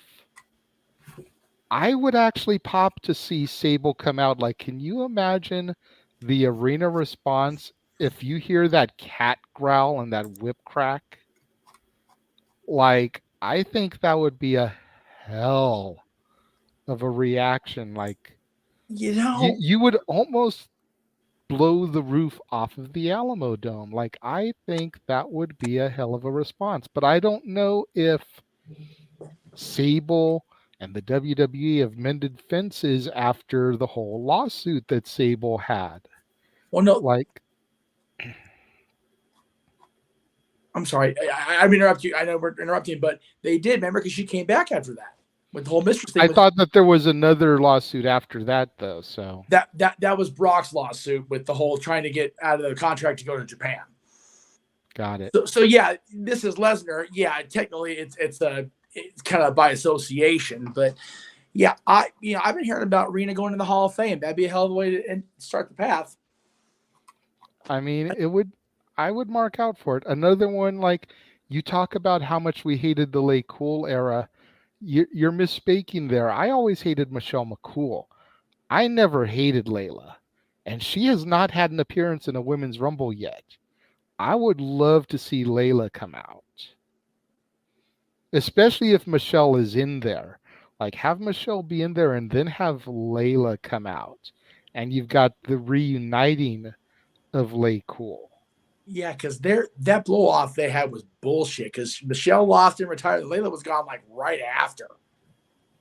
So I agree with that. That would be cool. Darren G, Stacy Keibler. We've had Tori Wilson in there a couple times. I'd love to see Stacy in there too. I would too. Yes. Like, these are all people that I have been thinking about. Just a second, Dory. These are all people that I have been seriously thinking about as I've been rewatching these Rumbles. It's like, okay, these surprises are great, and I still cry when Lita comes out in the 2018 Rumble because that was my girl. but where are some of these other bitches that paved the way Right. for the women of today? Like, Yes. why are they not in these rumbles? Are they just not being reached out to? Are they being talked to and just saying no? Or is there something deeper to it? And now that Vince isn't booking, could that be a factor? Could we possibly see some of these? If she wasn't in such deep shit, I would love to see Sunny. I Yeah. know that's not going to happen, not anytime soon. No. But, you sit there and you watch the 2018 Rumble with Stephanie on commentary, and you hear her say China on the microphone, and it's like, damn, if Joni was here. Right. Yeah. I know. Every year I think about that, Jay. Every year I think about it. Another one Emmanuel brings up that I was thinking about, Alundra Blaze. She'll be at Raw. Wendy Richter. Mm. They put her in the Hall of Fame. No, they did. I just don't think Wendy would want to, because Wendy can't wear wrestling tights like Wendy Richter no more. Hey, I'm just saying, it's a one-off. And yes, thank you, Sam, for putting it there. If she wasn't running the Impact Women's Division, Gail motherfucking Kim. I mean, hey, you never know. Well, again, never say never. She could make an appearance. I'd love to see Kia come out there, calm. Yeah. Just for one more night. Like, she entered the men's rumble. Yeah, she but did. She never got to get in the women's rumble. Could you imagine Khan coming up against Tamina? Right. Ooh, good matchup. Ooh. There's a lot of good potential here, brother. That's the thing. And somebody in the chat was saying they need more surprise entrants. Yeah. And you notice we're salivating more over the possibilities of women that we haven't seen in a while come in than just the men's surprises, because the men, I think the men's rumble, Jay, personally, it's like, if Cody doesn't win, where are we going for Mania? Like, who, where. The women's, there's a lot of different, intriguing choices that we are actually interested in. Well, based off of and we're not going to get deep into it because I still haven't seen SmackDown, but based off of what you proposed that we talk about tonight on the show, there's always the possibility that Sammy could end up winning the Rumble. That's true. That's true. So if Cody doesn't win, where do we go? There you go. Yeah, and so there's the other option. And again, for the people in the chat, I haven't seen SmackDown. We're not going to go in depth as to what happened, what's going to happen on Raw. Please don't ask about it. But there's your other option right there. It has to be one of those two, I think. As far as the men's side, but I guess my point I made, kind of half-assed, was the women's side offers us so many more possibilities. Yeah, Manuel. I wouldn't mind seeing Colin and Nia, though. Just that face. Right. Yeah, it's give Nia a brief moment. Don't let her get too deep with anybody. Don't let her hurt nobody. Yeah. So again, that is who I would like to see in the Women's Rumble. I think we all named off some great people. Yes. Looking forward to it. Getting to Emmanuel's super chat, it's actually tied into the other Rumble topic I was going to bring up. So Emmanuel super chatted $5. Again, thank you, Emmanuel. We apologize for making you wait this long to get to your super chat, but I didn't want to cover a Rumble topic early in the show when our main event was going to be Rumble Conversation. Right. Normally, I wouldn't make you wait this long for a super chat, but it just seemed a little bit redundant to me to cover Rumble at the top of the show when you super chatted and then come back to the Rumble here. Yes. But top 5 superstars to have never won a Rumble that should have won it. Yes. I don't think we're going to have everybody do a top 5 because you've got someone like Dory Lou who's at a bit of a disadvantage without having the knowledge and the history to really do it. I'm going to say right now, number 1 and number 2 have to be Kane and Dolph Ziggler. They have been in the most Royal Rumbles, and neither one of them have won it. And God damn it, I still say the greatest missed opportunity that there ever was the 01 Rumble when Kane eliminated 11, 12 people, whatever it was, that Rumble came down to the final 2 with Austin and lost. Kane should have eliminated Austin. They could have retconned it at No Way Out or whatever on a Raw. They could have had the 2 fight for the match at Mania, and Austin could have got it back that way. But God damn it, Kane should have won that Rumble. Period. Point blank. I will take that to the grave. I can't disagree with that whatsoever. This thing's bugging the shit out of me. Screw this thing. And then on the women's side, I must say either Sonya Deville or Rhea Ripley, because the 2 of them have the most eliminations in the Women's Rumble. Or not Sonya Deville, excuse me. Shayna Baszler is who I meant. Shayna and Bianca are tied at 8 eliminations in a single Rumble, and Rhea has 7. Right. Bianca has won a Rumble, though, but Shayna Baszler and Rhea Ripley have not won a Rumble as of yet. So I definitely would put those 2 at the top of my women's. And if rumors are to be believed, Rhea is a front runner for this year's women's. Exactly. Fair enough. Emmanuel, thank you. I appreciate your understanding.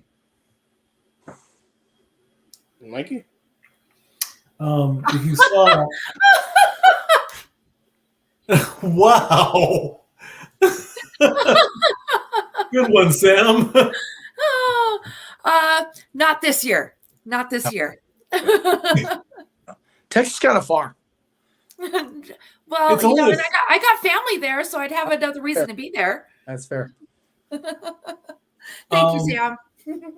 If you saw at the beginning of this discussion, I was erasing and writing, and I wrote this down right at the beginning when I saw the thing.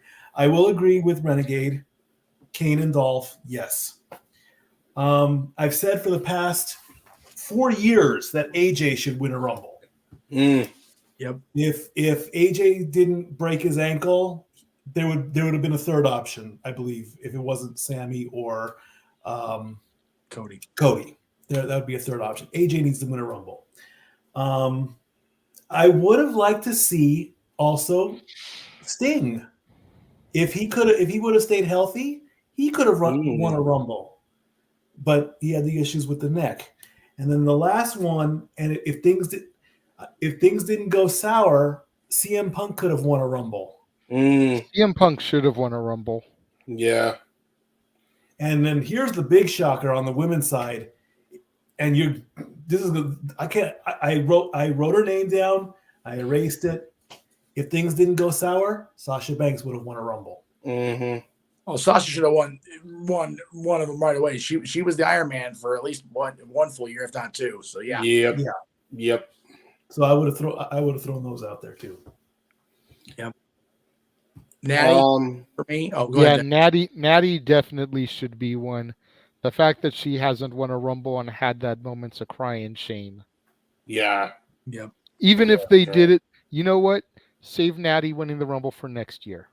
There you go.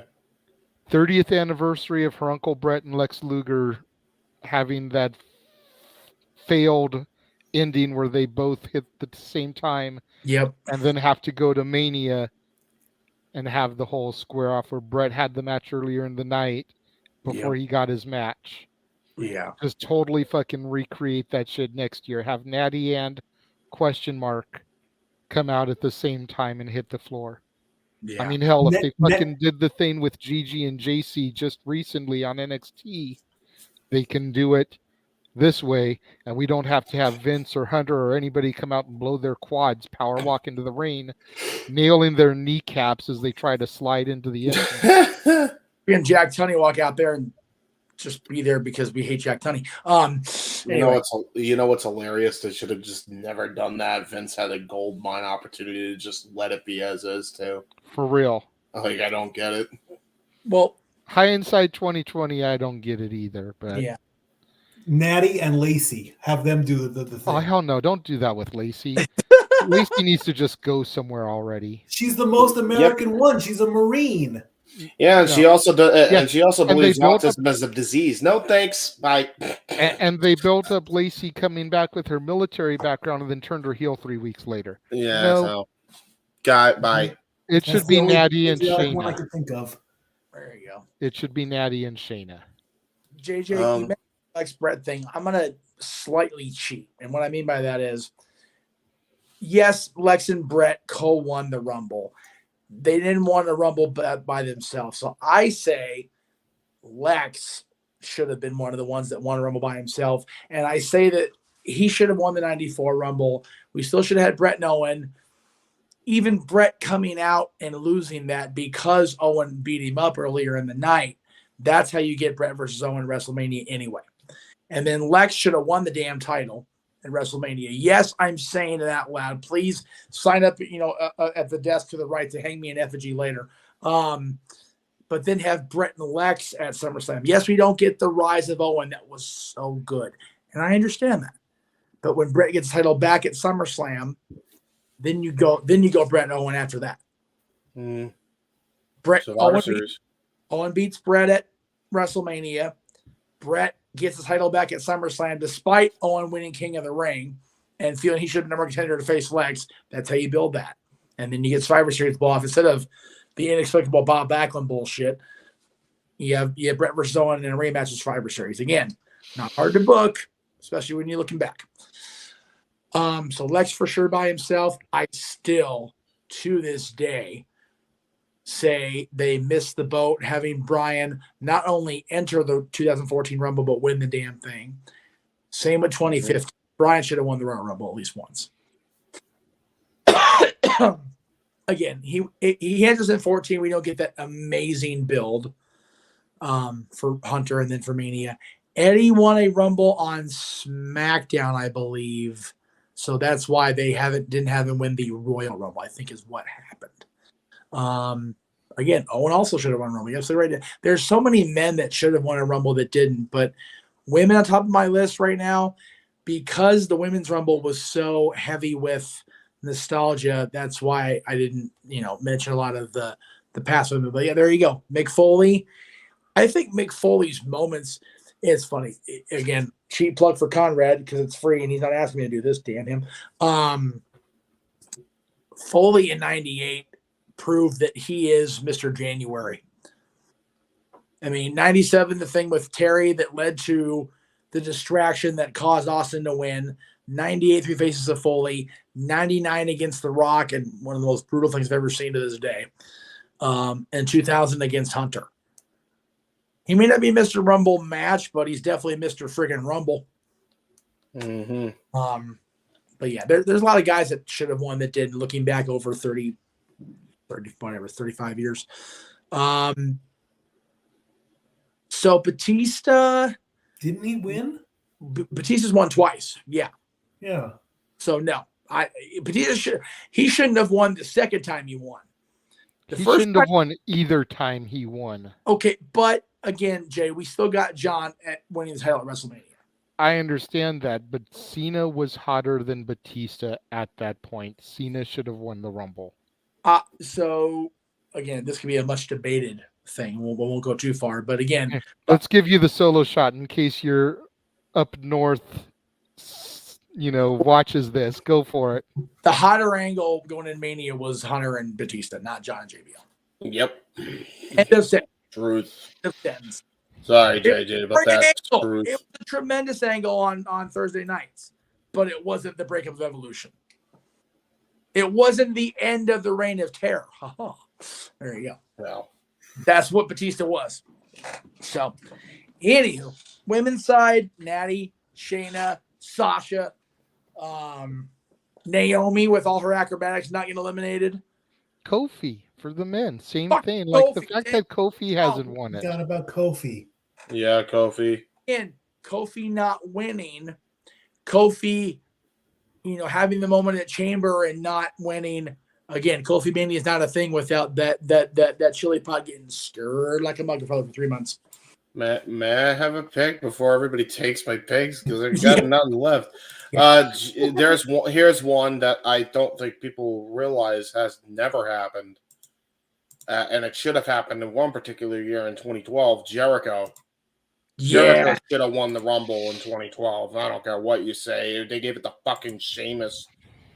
Fucking. We don't talk about the Sheamus Rumble because they're having the Sheamus and Bryan at WrestleMania. We don't talk about that very much anymore. We don't talk about Bruno. No, we talk about Bruno. That's Renegade Rule number 4. We talk about Bruno. Okay. Yeah. No, we don't talk about Sheamus because Uncle Jeff almost destroyed the original Casa D18 Studios after that WrestleMania match with Bryan.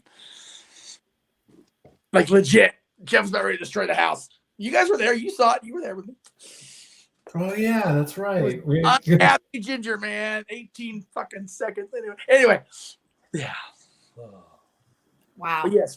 But yes, Bryan, Jericho. Jade, you were saying Jericho. Missed opportunity again.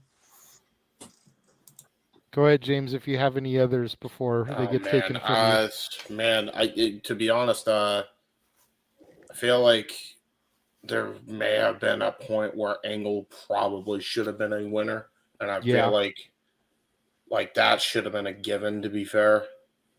Definitely. And, it's funny, like he was the champion going into Mania that year in 06, but maybe it should have been, I don't know, because then you don't get Mysterio to win it, though. That's the problem. Like, if things could have been good enough, I feel like Angle could have been the one to win the 07 Rumble as opposed to Undertaker, although you don't get the classic ending of that Rumble with Michaels and Taker, which then spawned their freaking WrestleMania series pretty much.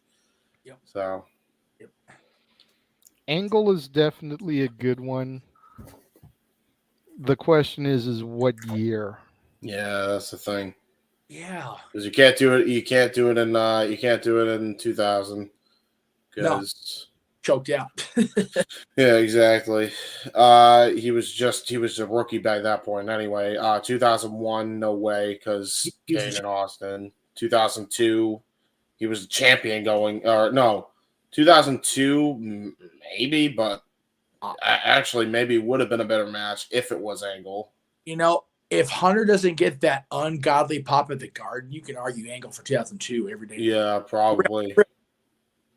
So maybe 2002, because that's the only year I can think. Because 03, he was the champion going in. 04, I think he went in, he was going to be challenging for the championship anyway, and he was injured at that point, so they were trying to save him for Mania.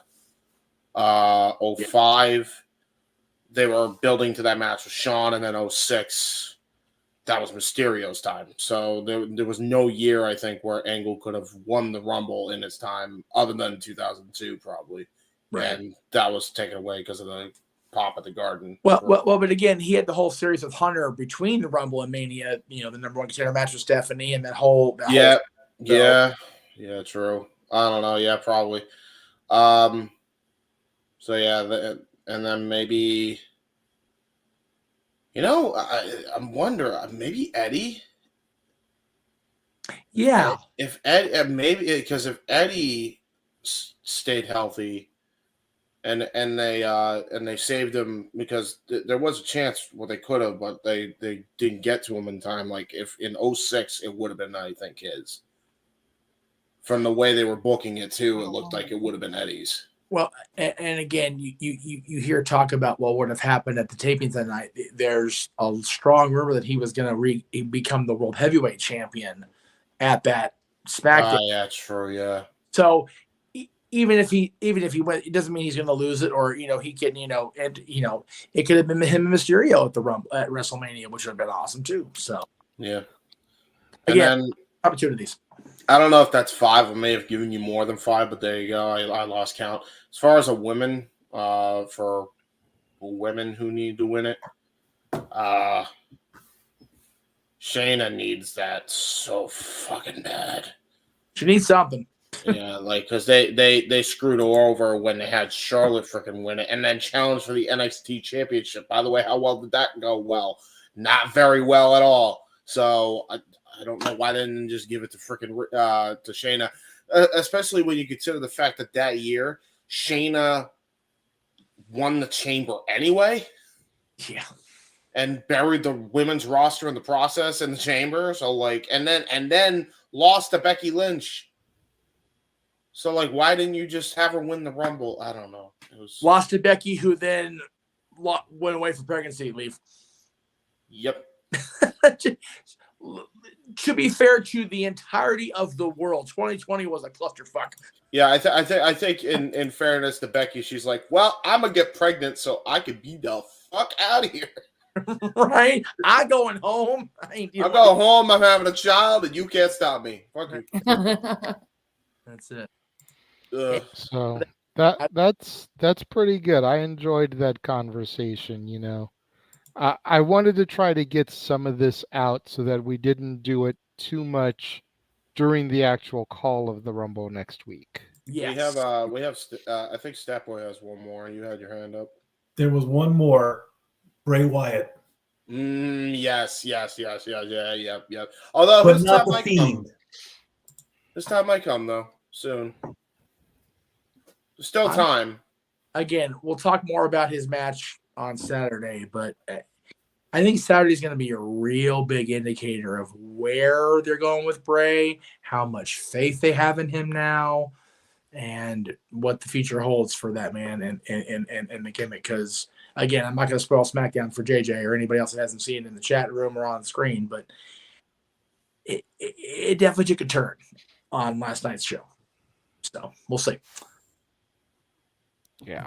And that I 100% agree with on Rumble being the only themed named pay-per-view. Yes. As far as the match name goes, yes, because every other show that has a match theme name, the match has been completely neutered at this point. The exception may be for Money in the Bank.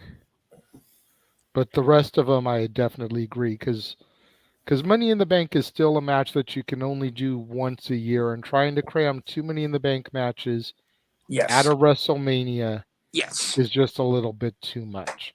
Yes. But the Elimination Chamber, the Hell in a Cell, the TLCs, all these, those need to go somewhere.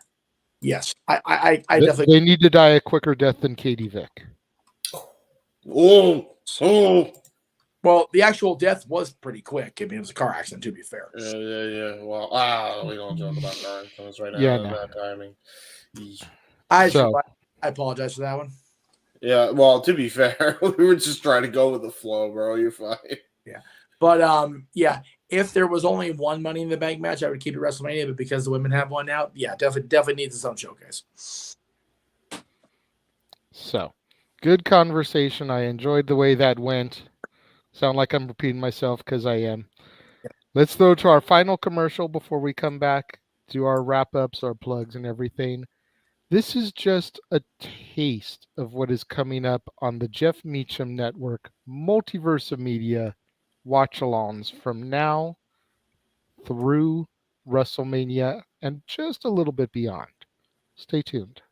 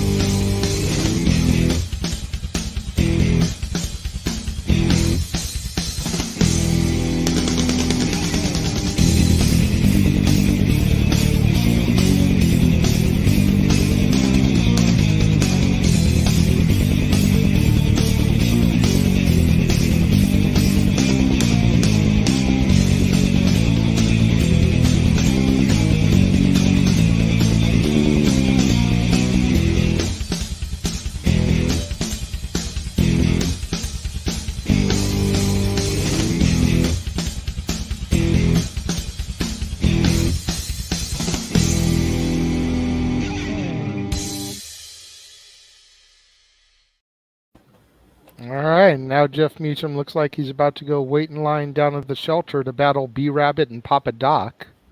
Oh, no. I'll take my ass to bed after this shit. Cold. You're cold? I realize I'm not on the East Coast. Shut the hell up, all y'all. But it's cold. It's California cold, all right? Okay, fine. Yeah, because it's like 37 degrees here right now. Hey, you know what? It was actually 37 degrees last week. So there you go.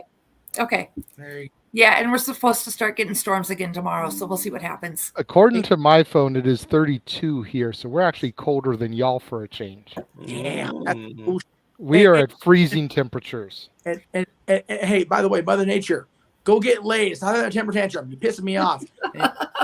Bipolar bitch. Anyway. So Sam Fisher makes an interesting point about putting money in the bank on SummerSlam.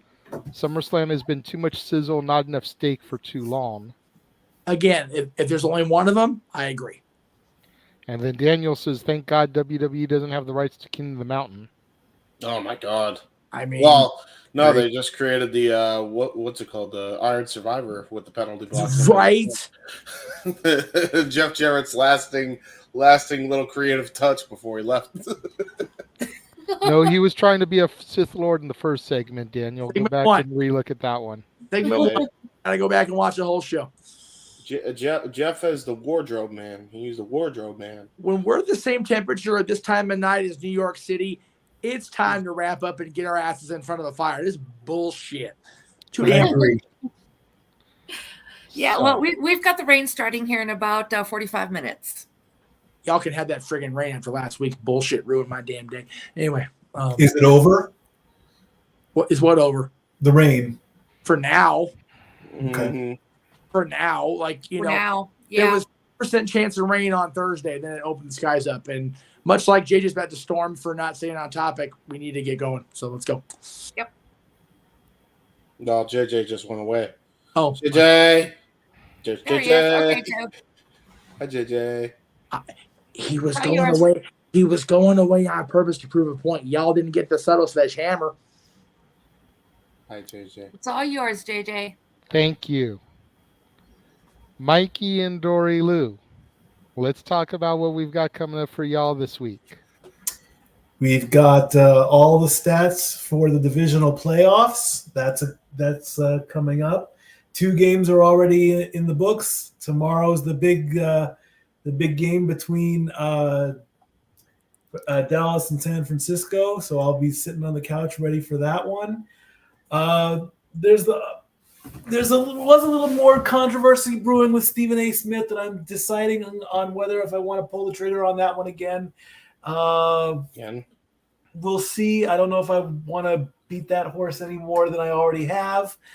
But and of course the XFL preview should be coming up within a week or so. Got it right. So we'll have our football stats. We'll have our hockey NHL updates. Anything special that pops up between now and then, we'll touch base on those. And always Dory Lou's Weekly Delight. There you go. And you can follow the Barkeeps. At LB Kid 1977. And at Hathaway Lou. There you go. There we go. It's the part where you give your plugs. James, aside from the video that we ran earlier, is there anything else that you would like to plug or say to your fans? Well, I guess I'll promote this now since I fucked up the time and it's already on my boys' channel, Owen's channel now. You guys can currently check out, as long as I can get the two of us on the screen, and also share my screen. There we go. All right. And there I am, and with Owen, and we review Royal Rumble 2000 from Madison Square Garden. You could also check out Casey and Owen's retro of Royal Rumble 2008, 8 years later, which we had first. Don't ask me how that works. Just go with it. Anyway, there you go. That's pretty much it as far as plugs go. Everything you saw in my trailer is pretty much what's coming up. And the only thing I have to plug is that bed's looking mighty comfy for me to sleep in because I'm tired. All right. Time for the sleeping. The sleepy sheeps. Jeff, that would be me. Go ahead and talk about what you've got coming up this week. I got too much shit coming on this week. I won't be on NoDQ tomorrow, so you don't have to watch that if you don't want to. But for those of you that do, let's get the shill out there for Rift. All right. So Aaron and the team will be on the NoDQ review, of course. They'll talk about probably what we talked about already, but we'll see. Raw recap. Of course, Aaron's going to recap Raw 3, but I want you to watch it now because I want you to watch AJ and I covering Raw for real. So SmackDown recap on Friday, of course. It'll be this final show before the Royal Rumble, so Aaron will definitely want you to watch that and give his final thoughts going into Saturday's show, and of course his recap of Dynamite, which is each and every Wednesday. I need to get a better graphic for Dynamite because it's a new logo. Monday, I mentioned it just a second ago, JJ and I, as well as Noah and James during the Eastern feed, will be covering the 30th anniversary of Monday Night Raw. I can't believe I'm actually saying that out loud. People were so sure WWE was going to die and no more Raw and whatever, and here we are. So that's going to be, in theory, at 8 o'clock Eastern. I honestly think we may just go ahead with it, even if Noah is not on for play-by-play. I'll see if I can get my voice ready, and James and I will cover the first half, and you and I cover the second half, Jay. We'll figure it out. Okay. But definitely check out whether we are on the entirety of both broadcasts or not. Raw 30 looks like it's going to be a fun show, so please check it out. Give whatever love you're capable of giving WWE, give them it that night. How about that? Hey, listen, if Noah can't do it because he's sickly, I will do what he did at Wrestle Kingdom and do a solo. Try it out. Let's do it out. I mean, like Jeff said, if you can show WWE a little bit of love, show them love by watching Raw is 30. I'm sure there's going to be plenty of surprises, people that you used to grow up watching. Watch our coverage of it. Super chat us, support us. We're here providing so much content for you guys on the Jeff Meacham Network, the Casa D18 Studios, the Jay Hebert side of things, Jay Hebert side 95, the Simple Man Studio, the entire multiverse of media. Yes. We greatly benefit off of your guys' views and clicks and support. So make sure you support us for that. Anything else, Jeff? Oh yes. The fun of things never ends. Tuesday, Staff Boy Sports Bar that I'm producing. There we go. And then, of course, 10 o'clock, 10:05 Eastern, 7:05 Pacific. Talk Wrestling will be live this week, and I will be on there. I'll also be live on the Greg Cherry Show this week, Wednesday night, 7 o'clock Eastern, 4 Pacific, as I will next week. But this week, he's doing his annual Rumble Draws show. So we'll be taking donations through his PayPal, Streamlabs. There we go. That's what I'm trying to say. For Rumble Draw picks. You can check out the archives of going one-on-one with Adam Contrast. That was last week's entry interview. So much fun talking to Adam. This coming week on Talk Wrestling, which will not be Monday. It's been postponed, rescheduled for. There's a graphic. There it is. Friday, January. You said Talk Wrestling, so that's why I was like, yeah. You meant Dad's on Wrestling. Yeah, I meant Dad's. I'm sorry. Don't mind. Like I said, everyone's CP. My voice shot and I'm sleepy as hell. So JJ and I will be taping that. I think we agreed to tape it Wednesday because it's the only day I'm not completely batshit crazy busy this week. So yeah, again, now JJ said Rumble entry surprises. We can't cover anything else in the Rumble reviews, just the entry of the match. Yeah, that was the topic idea. Surprise entrance in the Rumble. Then I need to go back and fix my list, and then we'll do that before Wednesday. So then Thursday, you can do your Publisher Thursday if you have any, and then Friday, Aaron stuff, and then Saturday, the Royal Rumble itself. My goodness, we are. Unfortunately, I don't have the graphic loaded in, so we'll just throw this one up for right now. That'll work. Yes. I actually had you use that one for your talking about the topic because it's from St. Louis, so yeah, family ties there. Yeah, I was so last minute trying to get things loaded into the stream tonight because of other stuff that was going on. So I apologize for not having all the graphics for the plugs. Hey, brother, it's been a crazy week. Like I said, it's been a weird week, so it is what it is. We will get our shit in next Saturday because next Saturday is the Royal Rumble. It's JJ's favorite show of the year. We're going to be covering all afternoon, starting at whatever the hell, 7 o'clock, 6 o'clock Eastern, whatever the hell time WWE wants to go. We'll go an hour before them because we can. It's gonna be. Our coverage for the show is probably going to be about as chaotic as the Rumble match itself. You're going to have Noah on play-by-play. You're going to have myself and James on color. You're going to have Jeff chiming in here and there because he's actually going to be home and able to participate. You're going to have Statboy popping in during the Rumble matches with all the stats, amount of times they've been in the Rumble, whether they've won or lost.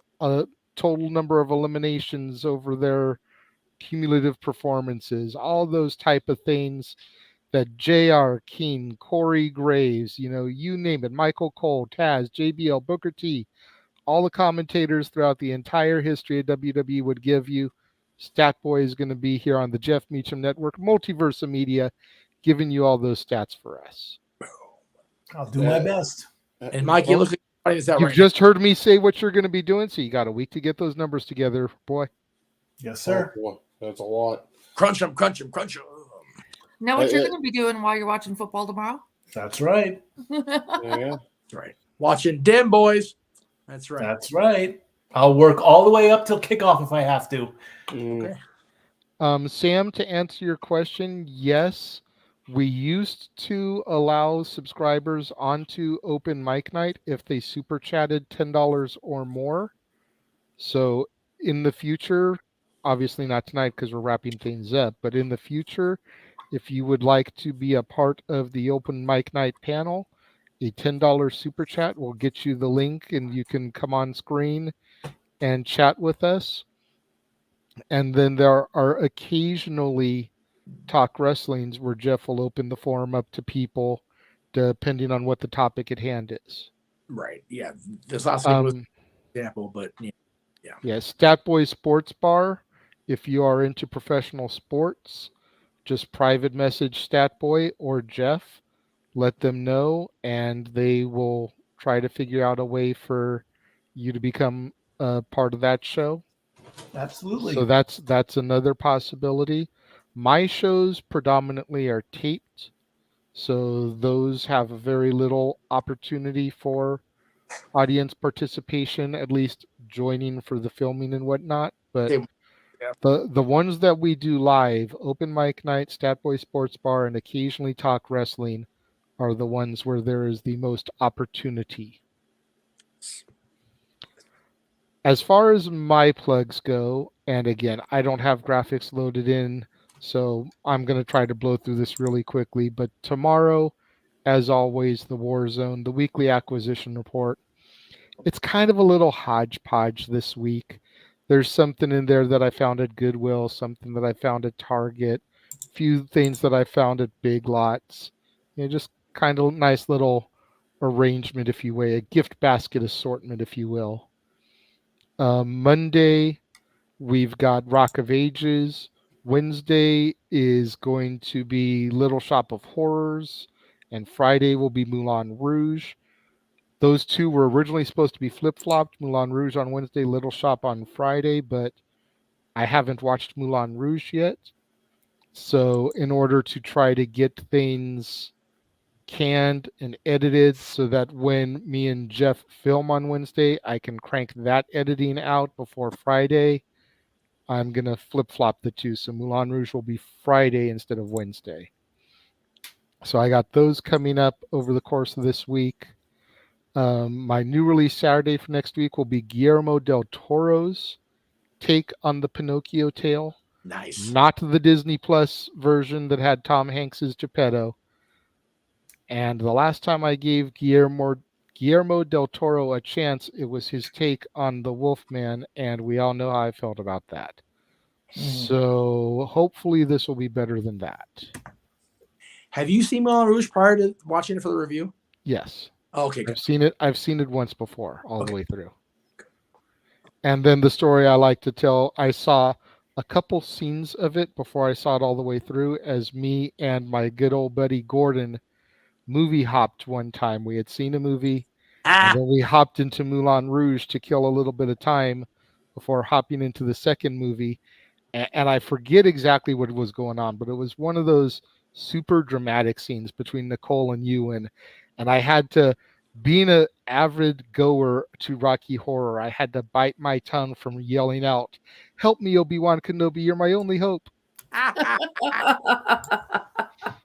Was that the day that I ratted you out, or was that No, a different because you day? weren't there that day. Okay, thank God. Now, you would have been murdered that day because Gordon would not have taken that bullshit. Sam says that if Statboy covers soccer, he's there. Otherwise, he'd like to come into open mic night in the future. Yeah. Like I said, absolutely. All you got to do is super chat $10, and you're more than welcome to come on to open mic night. Absolutely. I have seen the 2 Ron Perlman Hellboy films, but I have not seen the newest one with David Harbour, I think's his name, as Hellboy. And I have not seen either of the other 2 movies that you mentioned. So no. Cheap Water was okay. So that is what is coming up for me over the course of the week. Once again, that's Rock of Ages, Little Shop of Horrors, Moulin Rouge, Guillermo del Toro's Pinocchio, and then, of course, as everyone has alluded to, as we've been talking about for the better part of the last hour and a half, damn near 2 hours, the Royal Rumble next Saturday. I'm so super looking forward to that. We shall see what Triple H and the WWE machine has in store for us that evening. As always, you can find me on my socials: Instagram, the Renegade JJ Williams, Twitter at ROWJJ Williams, and then YouTube, Casa D18 Studios. Try to help me get my views up over on the YouTube side of things. I'm at 3,291 public watch hours out of 4,000 needed to get monetized. I'm just a little over 700 view hours away. If everybody can start watching some of the old stuff, there's a 500 plus episode of Renegade Reviews playlist. Just put that on, let it run, go to work, run your errands, something. Few days that'll run through all the episodes. That'll be a huge help. I've been actually encouraging people in my circle to do this, JJ, and this is way YouTube algorithm unfriendly, but I don't really give a shit at this point, because we need to get your hours up. If people get up on a random day and they're going to work or they're going out for a significant length of time, go onto the Casa feed of a pay-per-view. Try to go into one of our watch-alongs of a major WWE show. Hell, we did freaking 11 almost 12-hour show at the end of December. Put that shit on. If everybody that watches those pay-per-views goes back and does that again, or has to, tells a friend, they tell a friend, you're gonna have your hours up in no time. For real. My goal is to get monetized now by WrestleMania weekend. Right. If we all work together, there's no reason why we shouldn't get there beforehand. And again, like Jeff's saying, it's the old tell a friend. You tell 2 people, and they tell 2 people, and they tell 2 people, and so on and so forth. We get those view hours up, guys.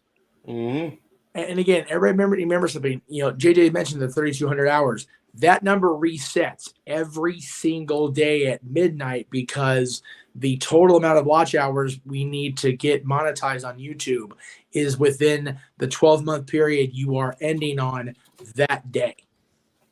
It has to go back a year, exactly 1 year prior. So tomorrow is the hell's today's date? Tomorrow's the 22nd. So Rain has started. That particular calendar for JJ's 4,000 needed is January 23rd, 2022. And it does that every single freaking day. That's why it's such a pain in the ass to get monetized. Which thankfully last year at this time, I wasn't doing episodes. I was still on my hiatus. I didn't come back until May officially. There was the little soft opening at the end of April when I did a few new releases. Right. So prior to WrestleMania weekend, I had no new content going up for it really to be affecting the hours all that much, which is why if we can get things going by Mania, then we good. We'll be good, pretty much. Yep. Thank you so much. I appreciate that you watch my videos in full, or at least try to.